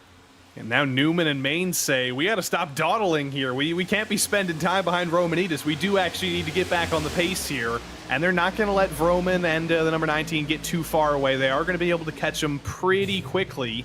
But there's another lap car coming up. There's going to be another moving chicane. It's going to be easy because it is just one car down there on the bottom. Shouldn't be too difficult for a single file train to get by.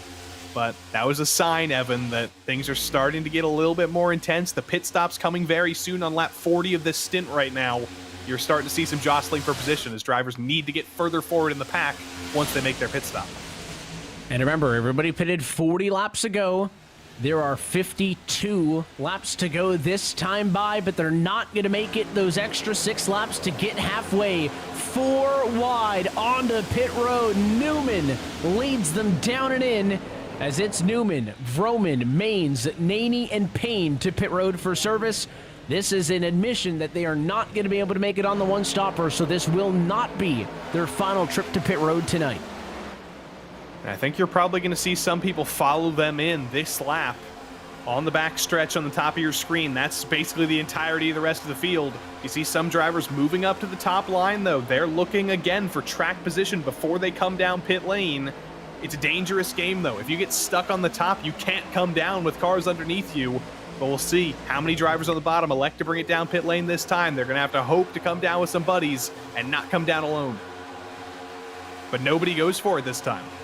No takers. And again, now we'll see the challenge of having so few cars to pit. What can that Vroman and company pack do as only a group of 4?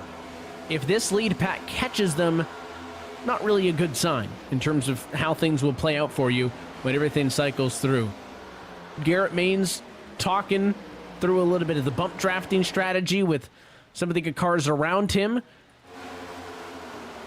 They're kind of strategizing right now on, I'm going to push you, or let's stay in line, we're going to catch them, we're going to go high. So they're kind of planning what the moves are going to be. Again, single file, so bank's open if you want to come down.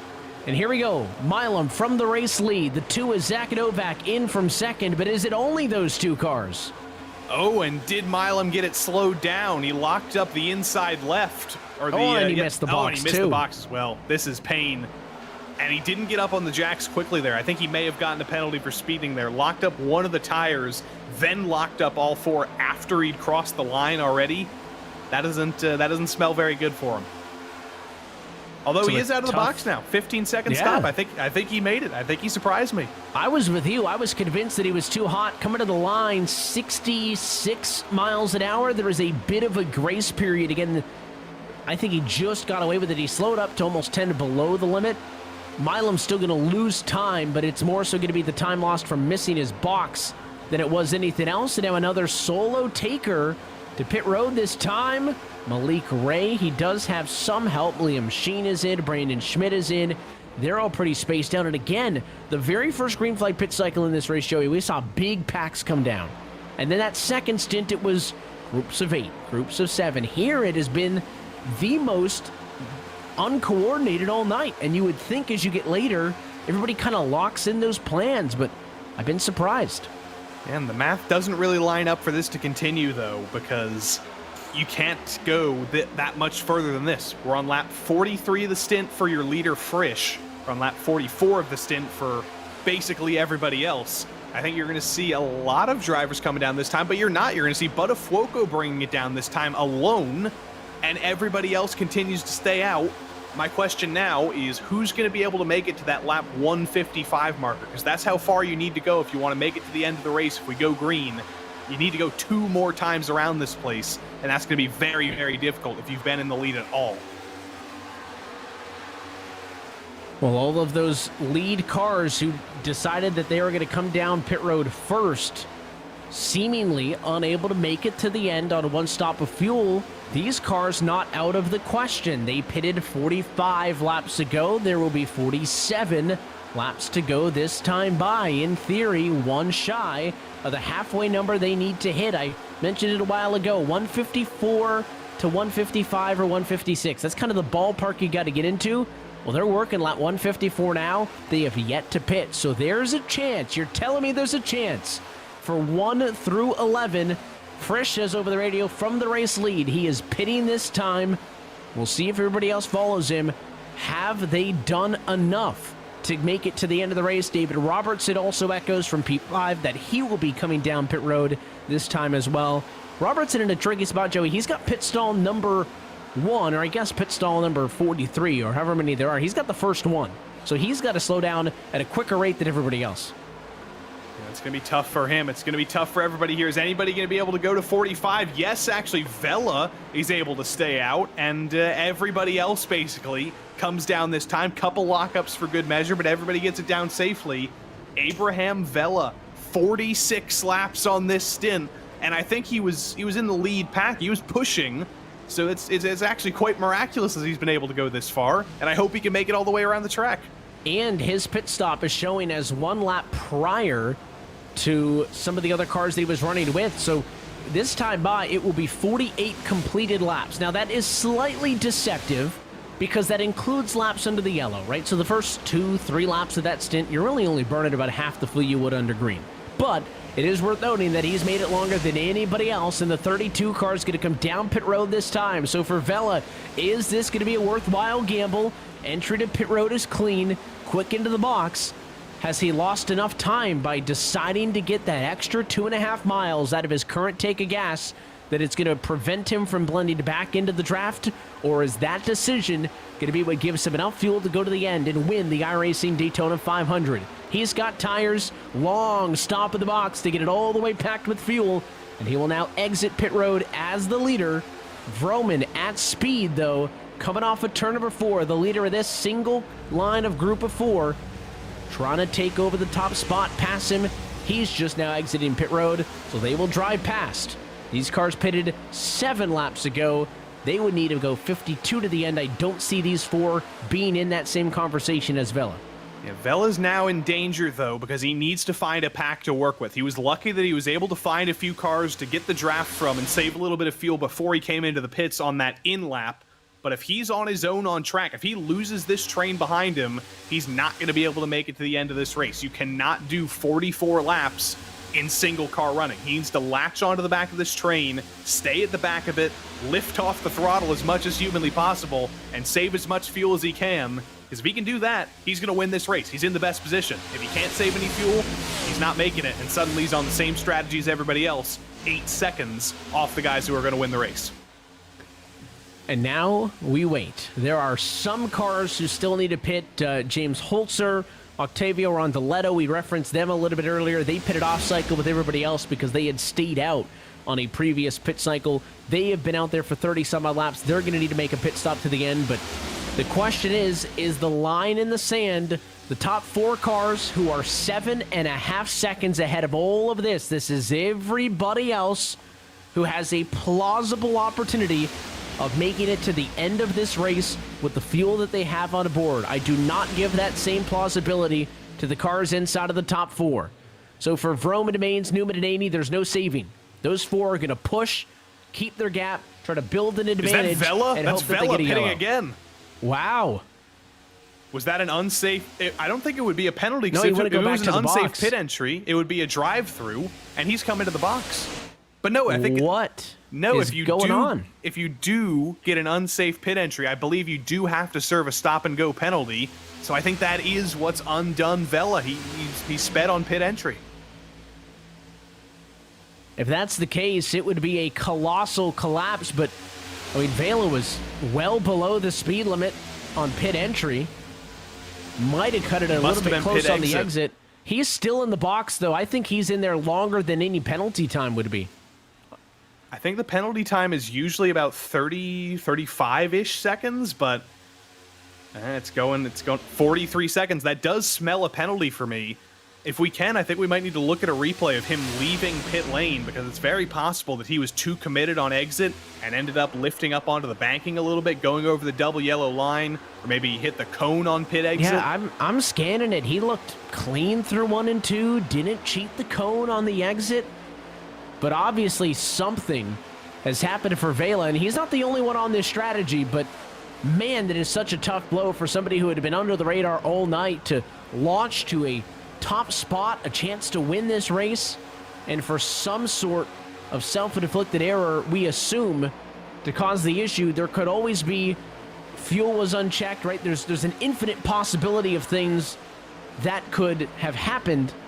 You don't check the fuel, so it doesn't actually fuel up, but he went 2 laps, so I don't think it would be that. I mean, it's hard to tell without being able to play NASCAR on Fox, and we'll play the team radio and figure it out. But whatever the case was, and Vela's coming back down again, or he's just having some issues. So I don't know what's going on with Vela, but what a tough blow for what was looking to be a great storyline. And now the focus is on Frisch and Morton and McCandless and Seminario and Bataska and Zwack, because all those guys need to save fuel to make it to the end of this race, and they can if they're able to save that amount of fuel. Frisch is not in a good position, though. He's leading the train. You're not saving fuel when you're in the lead of the train. You saw Matthew Zwack realize that. He moved to 5th in line, and he's saving fuel now because he knows he's not going to make it to the end going like these 4 in the lead are. Yeah, they're all going to be fighting over who is not the leader of that draft pack. That's what that secondary group's going to do. This group here doesn't care, right? This is the group of cars who I think know they can't make it to the end. They're going to push. But this group, now the one that we're looking at from 5th on to back, are the ones that have the best chance to make it to the end. So Frisch can lead some laps and then maybe drop to the back and cycle back in. There's kind of a double-edged sword here, right? There's this group, which is the lead pack of cars who has a chance to make it to the end of the race. And then there's a secondary group of cars who has a chance to make it to the end of the race. That was the 2 wide that you saw behind them. They want to save fuel while also trying to fight out amongst this group of 6. I would much rather fight 5 other cars for the win than 15.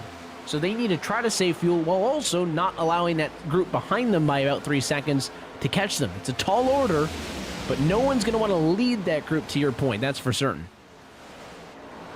I did just think of a theory, by the way, for Vela. Maybe he didn't speed on entry. Maybe it wasn't an unsafe exit, but maybe he sped on pit lane after he was accelerating out of his box, went a little bit too fast, then slowed it down on exit. That's the only thing I can think of that we haven't already theorized that may have brought out a penalty for him.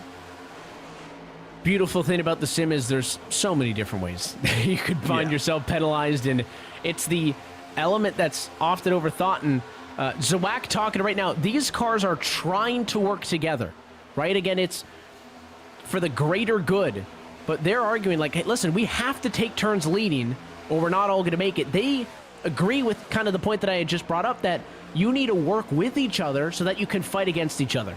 If you guys cooperate for 35 laps, you can get a 1 in 6 shot at winning this race. If you do not cooperate, this group is going to catch you. And then it's going to be a 1 in 20 chance to win the race. So there is some kind of stressed voices over the radio channel trying to get that lead group of cars who thinks they can make it coordinated and swapping out more consistently the leader of that group because they know this pack is catching them. These guys right here say, don't count us out. We're riding on board with Schmidt here. And he's got some buddies. He's got Patrick Gitter behind him. He's got Zach Novak around him. He's got Milam around him. Those are all very, very fast cars, very, very experienced drivers. And they are aligned. You can't see the train behind Schmidt right now, but it is single file. They are working together. And Schmidt is able to push forward on, I believe that's McCandless ahead of him. It's a lapped car ahead of them too. And they've caught the draft. They are in the draft of Michael Frisch at the back of the train in front. This is gonna be a bigger pack now. This is growing. And you can't put the genie back in the bottle. It's done. Once they catch that draft, you can't shake them again. That big opportunity to stay 4 seconds out in front has been erased. And look at this big head of steam to the outside of the racetrack for the 4 car. Making some headway and making some moves. Look at them go all the way to the front of this pack up on the outside. For James Holzer, he's the lap down, but again, means to an end. He's bringing the 12 car, a Daniel Smallwood with, which means that Brandon Schmidt's got the draft. Now the 18 does it as well, and I'm not going to say they fumbled the opportunity, but man, their life just got a whole lot more difficult by letting that group catch him. Now look at this big pack. It's going to be a lot harder to be coordinated and save fuel when you're too wide like this. But now Schmidt says, why did I let Smallwood and Holzer get to the front here? Now Schmidt is leading that top line, which again is exactly where he doesn't want to be. He doesn't want to be leading at any point until the final lap. So he's got to find a way to get potentially down to the bottom, let somebody get in front of him so he can back off a little bit, save a little bit more fuel, because it is on a knife's edge right now. It's a 15-lap stint for Novak. It's a 14-lap stint for Schmidt. That's 1 lap longer. He has to go to the end of the race on fuel to finish this race. Again, just to set the picture, the group in the big frame, top of your screen, is the battle for 5th on back. They are predicted to be able to make it to the end of the race on fuel, or at least be close. But they are not the current race leaders. They are on the bottom right-hand corner of your screen, 1st through 4th. They will almost certainly need to come back down pit road. Holzer, who was off-cycle pits, that does not affect the pit strategy for the race win that we are discussing. The leaders were what? 4 seconds, 5 seconds ahead of the group of cars that are in the big picture after the pit cycle. They're now 15 ahead. Goes to show you, Joey, that when you're not saving fuel, how much quicker even 4 cars could be over this pack. They have checked way out. They're trying to pad that gap as much as possible. My math was slightly wrong, by the way. Novak would actually have to go 1 lap longer than Schmidt because he's on a 16-lap stint. Schmidt came in 1 lap later than that.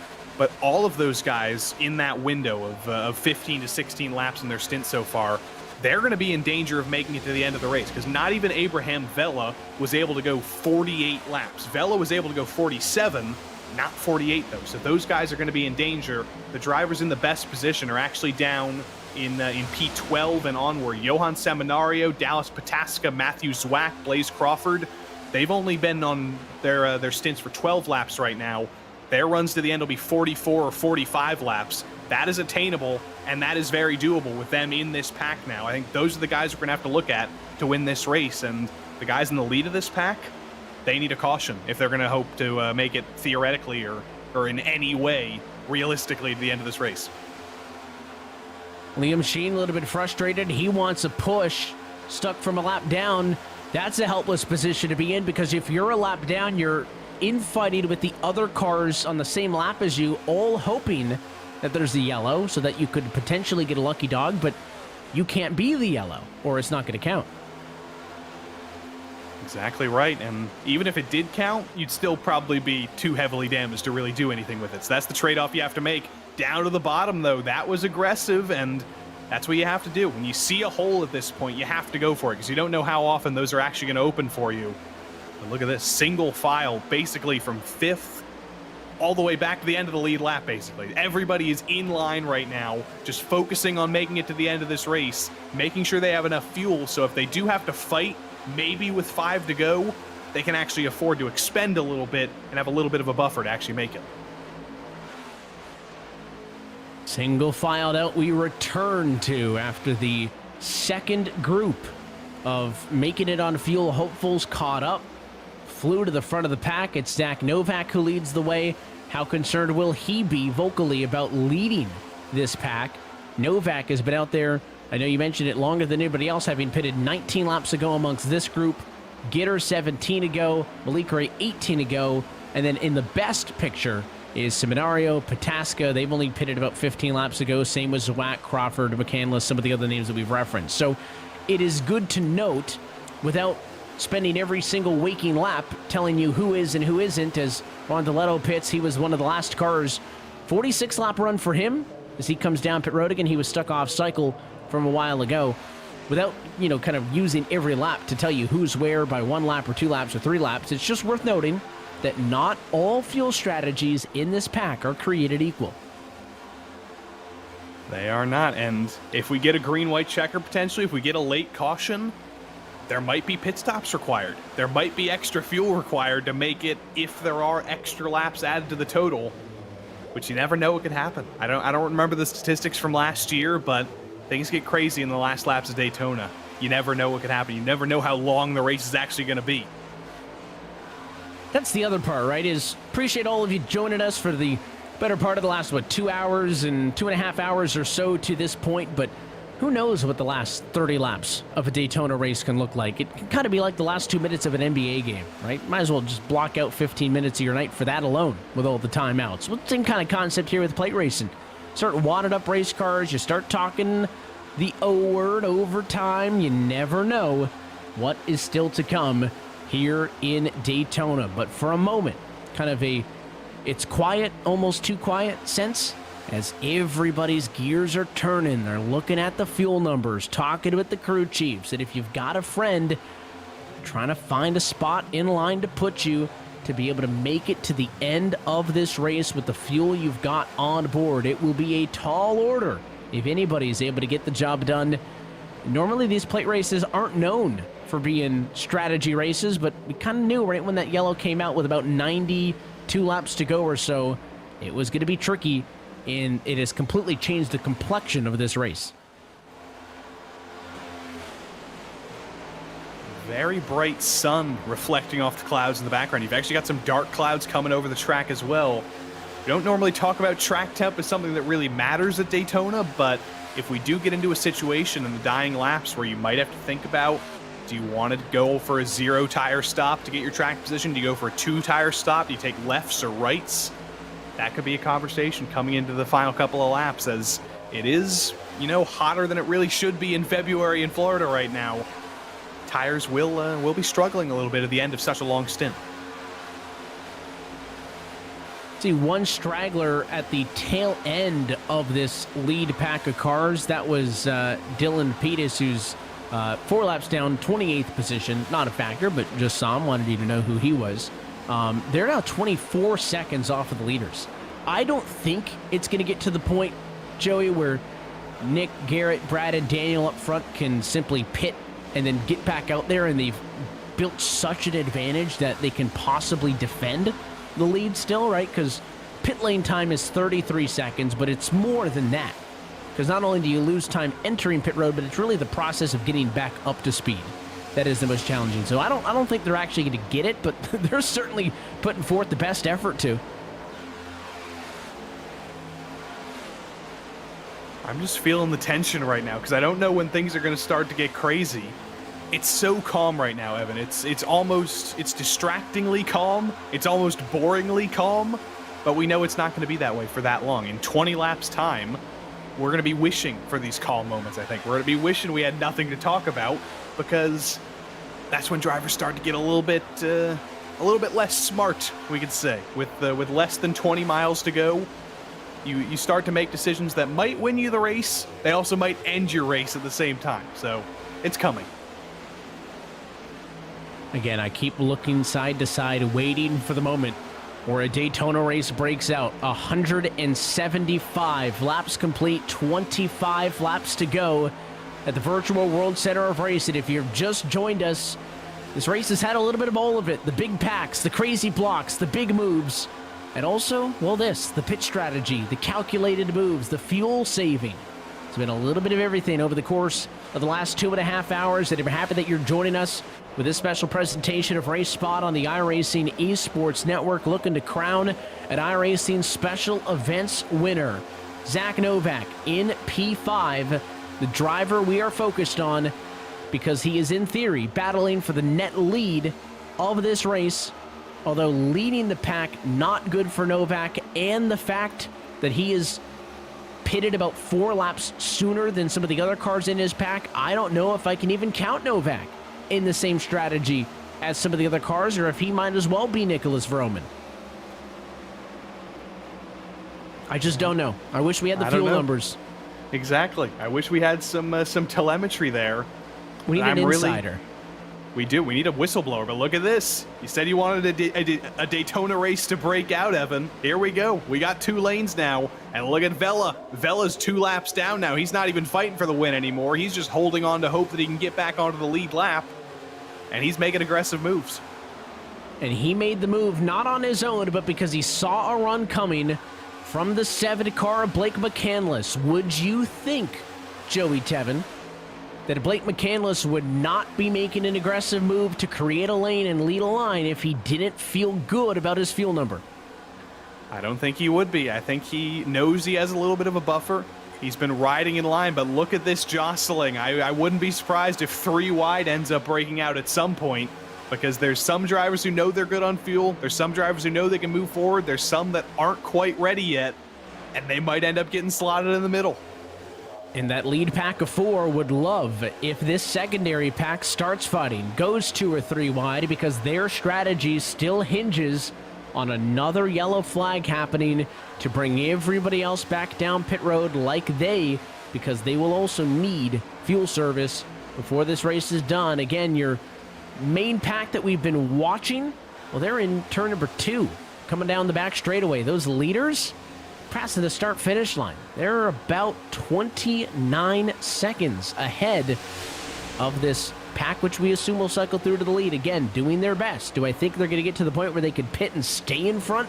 I still don't think it's going to get to that margin, but they're doing everything they can. Every time we've checked in with that lead group in the bottom right corner of your screen, they're not fighting each other. They're not side by side. They're in line and working together. Same can't be said for this group, as the 32 car will go to the lead of the group and get Vela not for position. And now that Vela's basically out of contention, he can basically just be a friend to the rest of the field. He can try and get some benefit out of this race, and maybe make a new friend, maybe help somebody make it to the end on fuel, because that's basically all he's useful for now. That's all that Holzer is going to be useful for as well. He's 2 laps down. I just don't think you're going to get enough cautions until the end of the race to get enough lucky dogs to make them both back on the lead lap.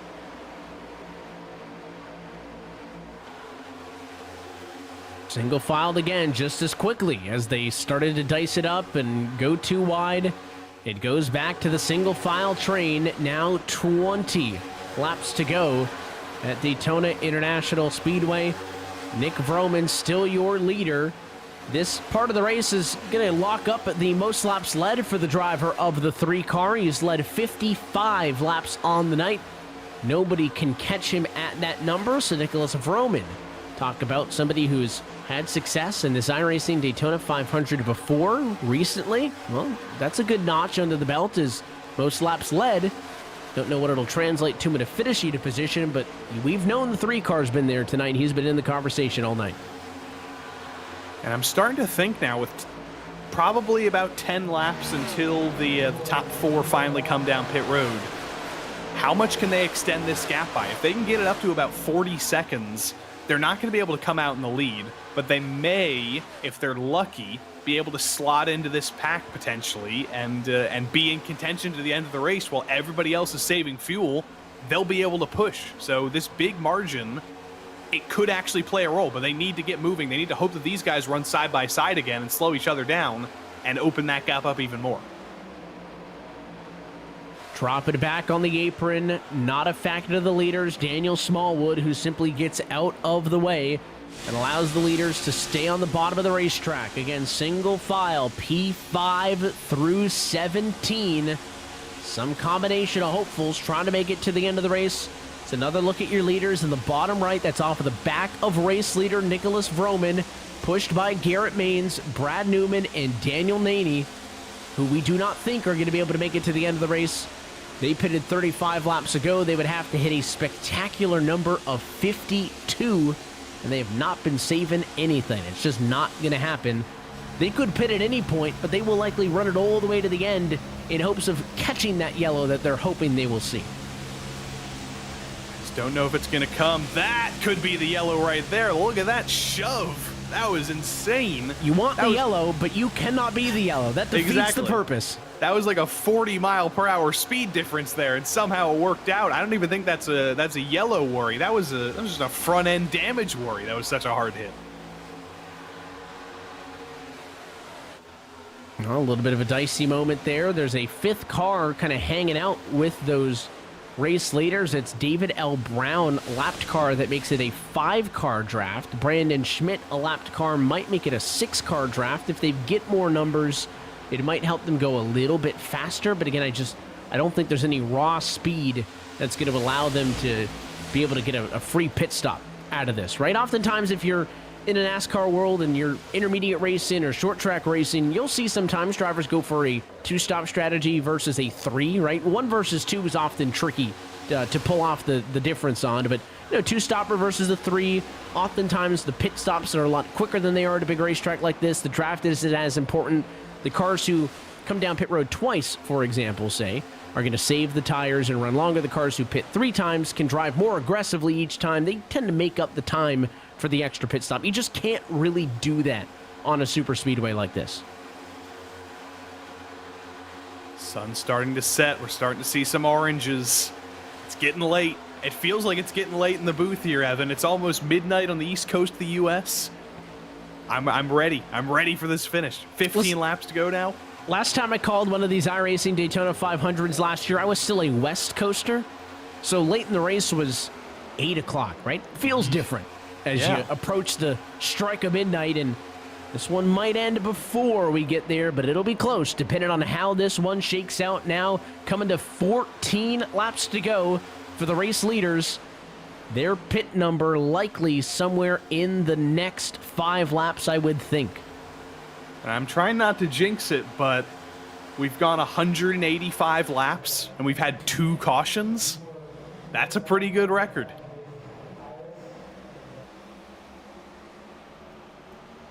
Yeah, what was the number from the truck race earlier tonight? 12? 11? 12? 12 in a race that was half the race distance, we should note.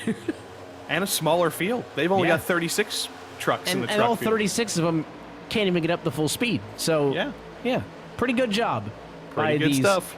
top split iRacers tonight. Appreciate them putting on a show, and again, appreciate all of you tuning in with us as we are closing in on 10 laps to go in this iRacing Daytona 500. Evan Pasoko, Joey Tebbin in the booth with you. Our producer downstairs, Dustin Allis, with this special presentation of Race Spot TV on the iRacing Esports Network. Roman continues to lead. Again, the story, the cars 5th on back.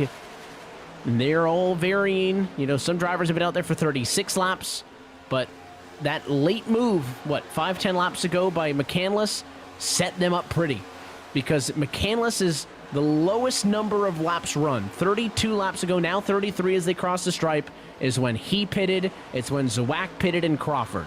That's 4 laps sooner, or later, I should say, than Novak, Millman, Morton. So those cars, that's tough. Seminario only pitted 33 laps ago. And the benefit for McCandless here is he's not the lead car. That's the key, right? Everybody was arguing, we need to exchange who's leading our line. They've got a ton of support here with Vila, with Holzer, with Rondeletto. McCandless, the black number 7, is the lead car of these cars, but he is only number 4 in line. He could not be saving fuel if those 3-lapped cars were not there. So this is a perfect situation for McCandless, because he gets to be ahead of everybody in his pack by position, but he doesn't have to lead the line and burn all of his fuel. You're exactly right. And speaking of burning fuel, I think if you're in the top 4, yep, there we go. Just as I say it, they've not been able to huff the copium for much longer. They have to come down pit road. No more fuel left in those tanks. They better hope a caution comes out right now, or else they are not going to be in contention for the rest of tonight. And it's only going to be a splash. David Brown was the one who nearly missed the pit road entry there. Looks like going to go left side tires as well. They figure they probably need enough fuel that it's going to put 2 tires on it anyways.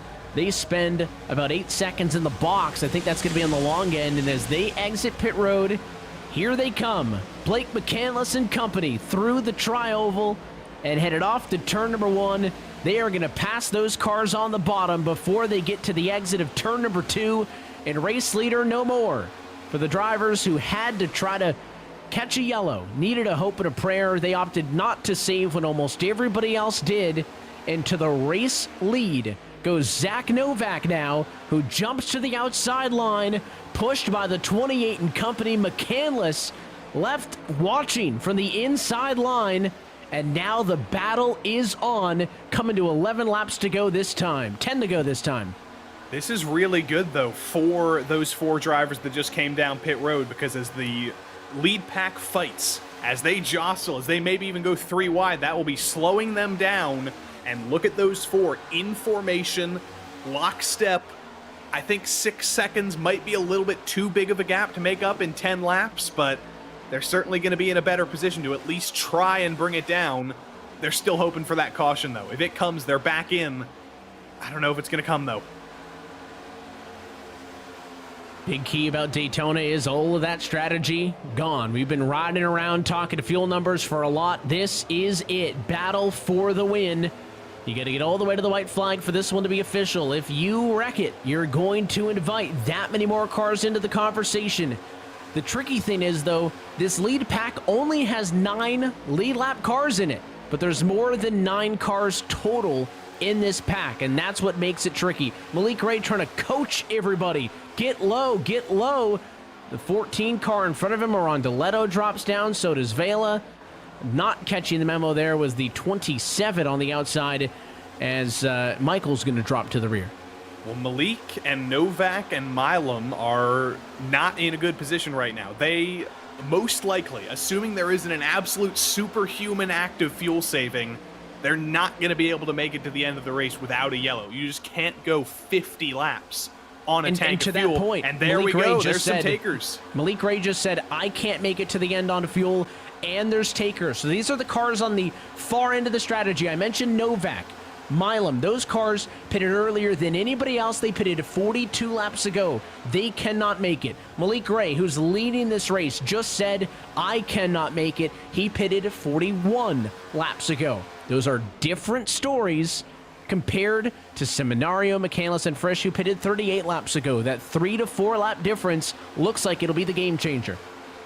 But who of these guys is going to be able to make it to the end of the race? Seminario isn't actually going to be in the lead when Malik brings it down pit road. He's actually going to have those 2 lapped cars in front of him of Rondeletto and Vela. I think we're going to see Malik take a hard left here. No, Malik stays out. He's going one more time around, but he is going to have to pit. He wasn't lying on the radio. I don't think he was playing mind games. He can't just break physics and go that far, but he is able to go 1 lap longer and hope for a yellow for that little bit longer.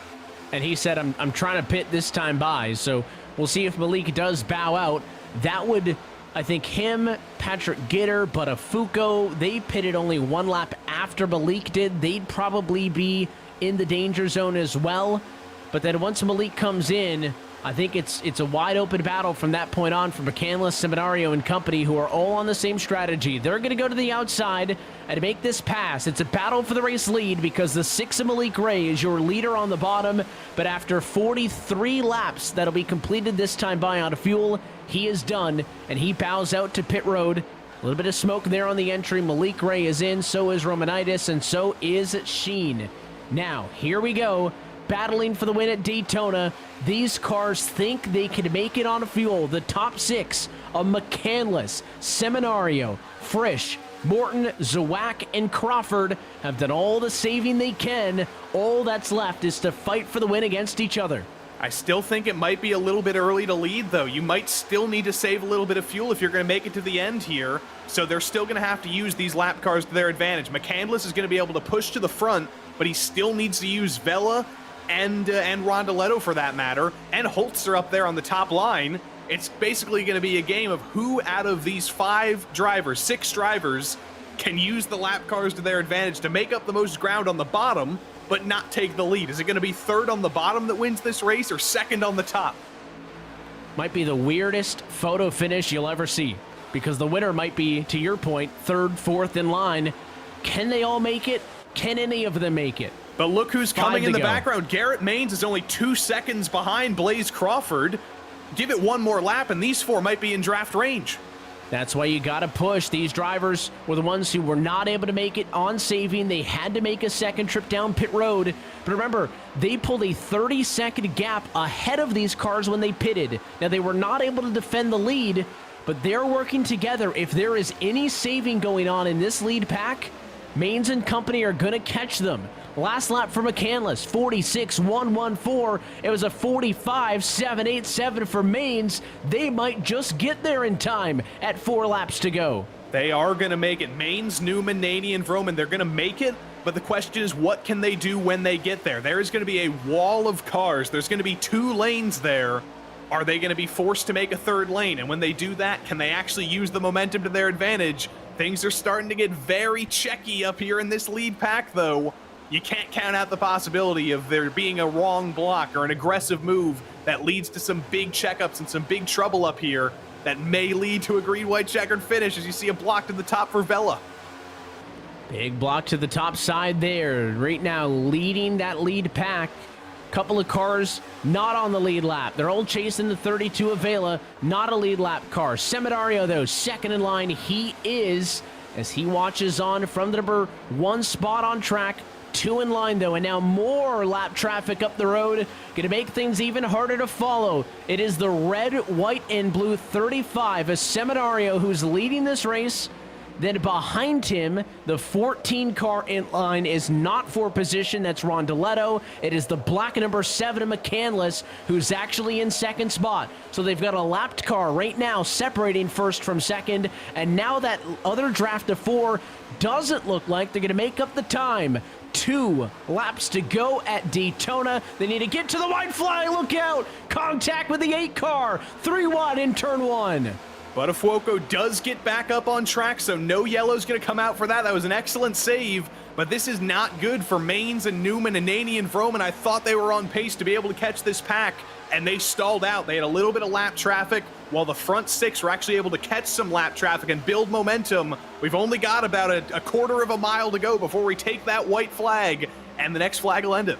And at least for a moment, they have shook off the lapped cars. It is all leaders fighting right now, looking for the white flag. If they get there, the Daytona 500 is official. It's going to finish in regulation. 1 lap to go for Jonathan Seminario. Pushed by McCandless, looks high. Big block, back down to the inside. The 7 gets under him, and the 35 car is going to drop back. But does everybody have the fuel to make it to the end? We're on lap 46 of the stint for all these guys. Could it come down to sputtering across the line? Look at Frisch in second. Zwack in third has been in the bylines for the whole time. Could he potentially pull off the underdog move to the end? Half a lap to go. Wrecking down the back straightaway. 6th on back involved. No caution. We stay green. Final time in 3 and 4, but the lap traffic's in the way. Seminario can't get by the 21. Where does McCandless go? He gets down to the inside. Frisch underneath. 3 wide to the stripe. Who gets the win?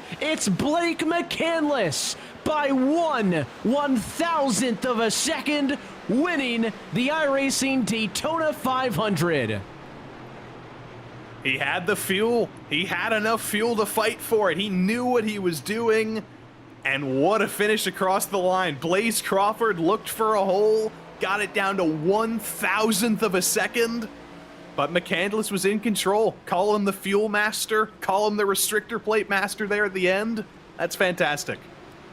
It was the big run for the 35 of Seminario, but the 21 went up, tried to take that draft away, shut the door, and I thought it was going to be a two-car battle. Frisch looked high, Frisch looked low, and then a massive head of steam for Blaze Crawford, pushed by lapped car, the number 14 machine, came flying up on the double yellow line. They were 3 wide at the stripe, and in the closest finish you can possibly get, it was only 1/1000th of a second. Watch Crawford on the bottom, on the double yellow, goes to the apron. McCandless is high, and if that start-finish line is 10 feet closer to turn number 1, we're talking about a different story. Instead, McCandless wins the top split of the 500 and is out of fuel in turn 4. He's not going to get any real donuts for us. He simply doesn't have the fuel to do that, but maybe he can do some Brad Keselowski red flag donuts where he just drives in a circle at a slow speed. I could go for that. He might just be able to coast and park it on the front straightaway. What an end to 500 miles in Daytona. Let's take a look at your Race Spot TV full race results tonight. Again, the final margin of victory is 1/1000th of a second. McCandless over Crawford, Blake over Blaze. They were 3 wide, though. Let's not forget Michael Frisch, who had the challenge to the bottom of the racetrack. He comes home 3rd. Even Matthew Zawak tried to make a 4th lane. What an end amongst those drivers. Matthew Morton comes home in the number 5 spot. Jonathan Seminario with the big run could not find an opening, settles for P6. Garrett Maines will come home 7th. That other group of cars, they pitted a second time, came up about 2.7 seconds shy. They could not catch him in time. Newman 8th, Naney 9th, and Nick Vroman rounds out the top 10. Malik Ray down in 11th at the end of it all. Went off strategy a couple times, didn't pay off for him. Dalton Milam and Zach Novak as well didn't have the fuel to make it to the end. They end up the last 2 drivers on the lead lap. And then a whole host of drivers ran into all sorts of problems. Rondoletto and Buttafuoco up and down. Pataska up and down. Patrick couldn't get her done. David Robertson, last driver, 1 lap down. And Brandon Schmidt, 19th. Abraham Vela, that's the big heartbreak. Maybe could have been the easy winner of this race, but speeding penalty on pit road ends up dropping him down to 20th at the end of it all. It's a tough one to swallow. 21st position, Daniel Smallwood.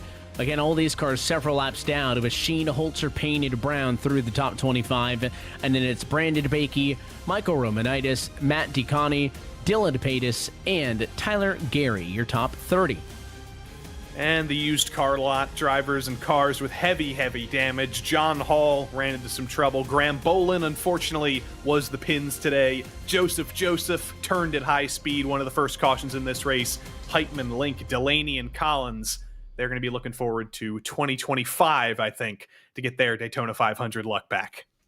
Maybe even give it another crack over the weekend, but top split and here, this is the moment to get the job done. And with that, the clock strikes midnight. Thank you for joining us into the evening. What a finish. Again, you can see they weren't even settled at 3 wide. That was a whack, trying to go 4 wide, but what a photo finish for Blake McCandless. Joey, seems like he's either out of fuel and can't get to the radio booth to talk with us, so if he's afraid to chat, I'll make sure to bring that up in a couple of Tuesdays' time, but what a win for him. And this race had so much, right? Of course, 500 miles gives you quite a beautiful canvas to paint whatever you want on it. And it feels like a broken record. We say it all the time, but the 500 comes through. It had everything, the fuel strategy, the drama, the aggressive racing. At times, we thought we were going to get a 30-car pileup in the opening 20 laps. We get through some of that. Second half of the race, completely different, and they saved literally just enough fuel, not a lap to spare, to give us an incredible finish. You're exactly right. And I did see that at Mr. F4 Speed himself was in the iRacing Twitch chat, so there's no excuses. Come join us in the Race Spot TeamSpeak. But you're exactly right, Evan, that Daytona is a place where anything can happen. You can paint your own story. Dare I say, today, it was a blank canvas.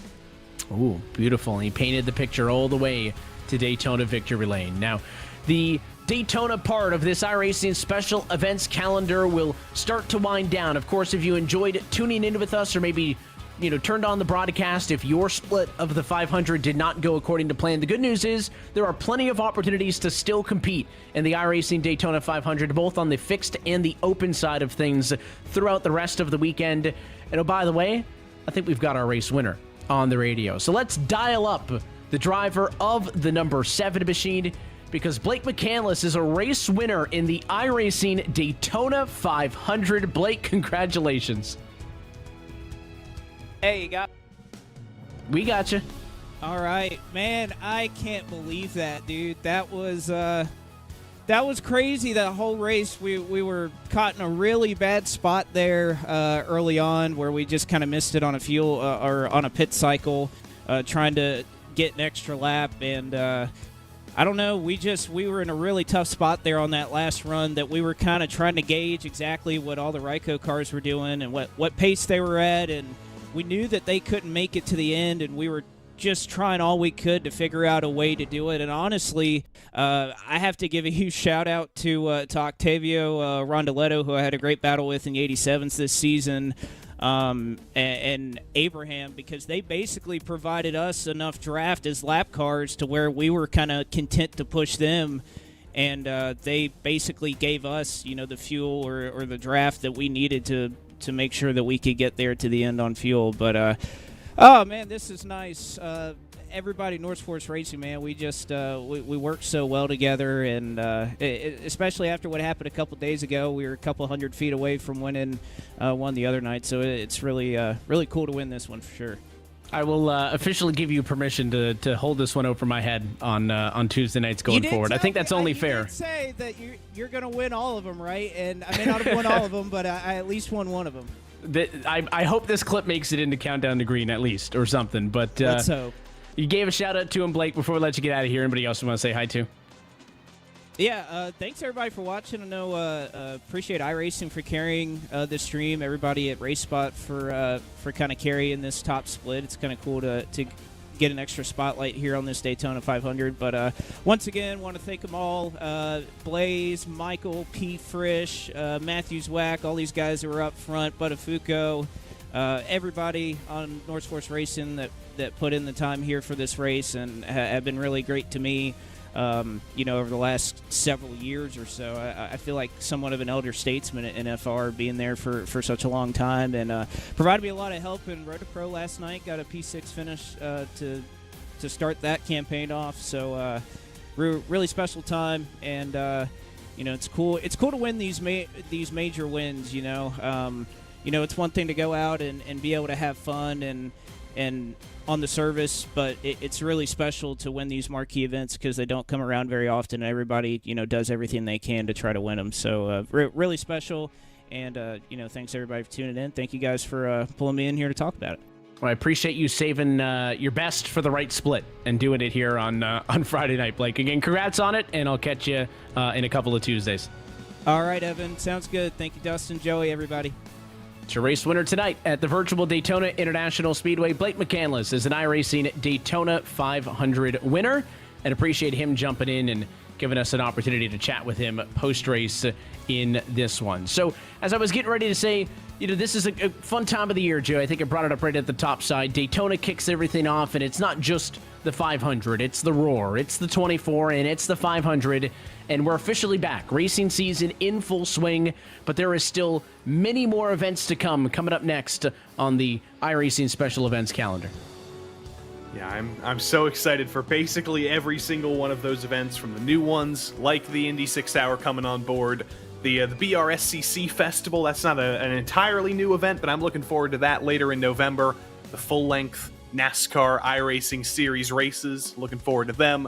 And of course, the Martinsville MX 500. That is going to be so much fun. I hope I'll get to be involved in that somehow. Maybe I'll have to get out and drive in that. And get some carnage myself. I've done the Moon Car 24 in the MX-5s at Martinsville, so 500 should be a breeze. And if you thought this one was tough, Coke 600, another battle as well. When we talked about how close that photo finish was, let's talk to the driver who finished 1/1000th of a second behind Blake McCandless, and that's Blaze Crawford, who comes home second in tonight's race. Joey, you're with him. Indeed I am. Going to get Blaze Crawford in here. Blaze, how far forward were you leaning in your chair when you were coming to the line there to try and get that extra 1,000th? Oh my gosh, too much, man. I honestly, I didn't think I had a shot at it on the white there, and being behind a ton of lap hours, and seas kind of parted down the back, and big shout out to Octavia with the hugest push I've probably ever received in my life all the way to the line. But wasn't quite enough, but I was just excited, to have a chance. I do want to give you a theory, though. When we get to 2025, I think you're going to go to, the local whatever courthouse, and you're going to change one letter in your name. You're going to be Blake Crawford next year, and I think that could win you the race. I think I'll stick with my name. Blake's awesome, a great teammate for sure. But hopefully, maybe I'll run Sunday night, maybe get me one. But just happy that NFR could go 1 through 4. That was incredible, man. Well, congratulations on an excellent run tonight. We'll see if we can get it done on Sunday, and hopefully we see you in another special event before too long. Oh, 100%. We'll definitely be running some huge stuff soon. Got to give a big shout out to Max Brady on the Super Saiyan, though. Dude was making it happen for us. Fantastic. Blaze Crawford coming home in second, but the closest possible second it could be, Evan. It literally doesn't get closer than that. I suppose you could tie, and I feel like I've seen one, but yeah, you literally can't get closer than 1/1000th of a second. That's as many decimal points as the service will give you, and they used every single bit of it over the course of this finish. Well, thank you for joining us over the course of the last 3 hours or so, Joey. Of course, we've previewed the upcoming special events calendar, and looking forward to doing maybe another one of these with you down the road. It's been a fun time. Appreciate everybody joining us, and looking forward to a long special events calendar that's still to come.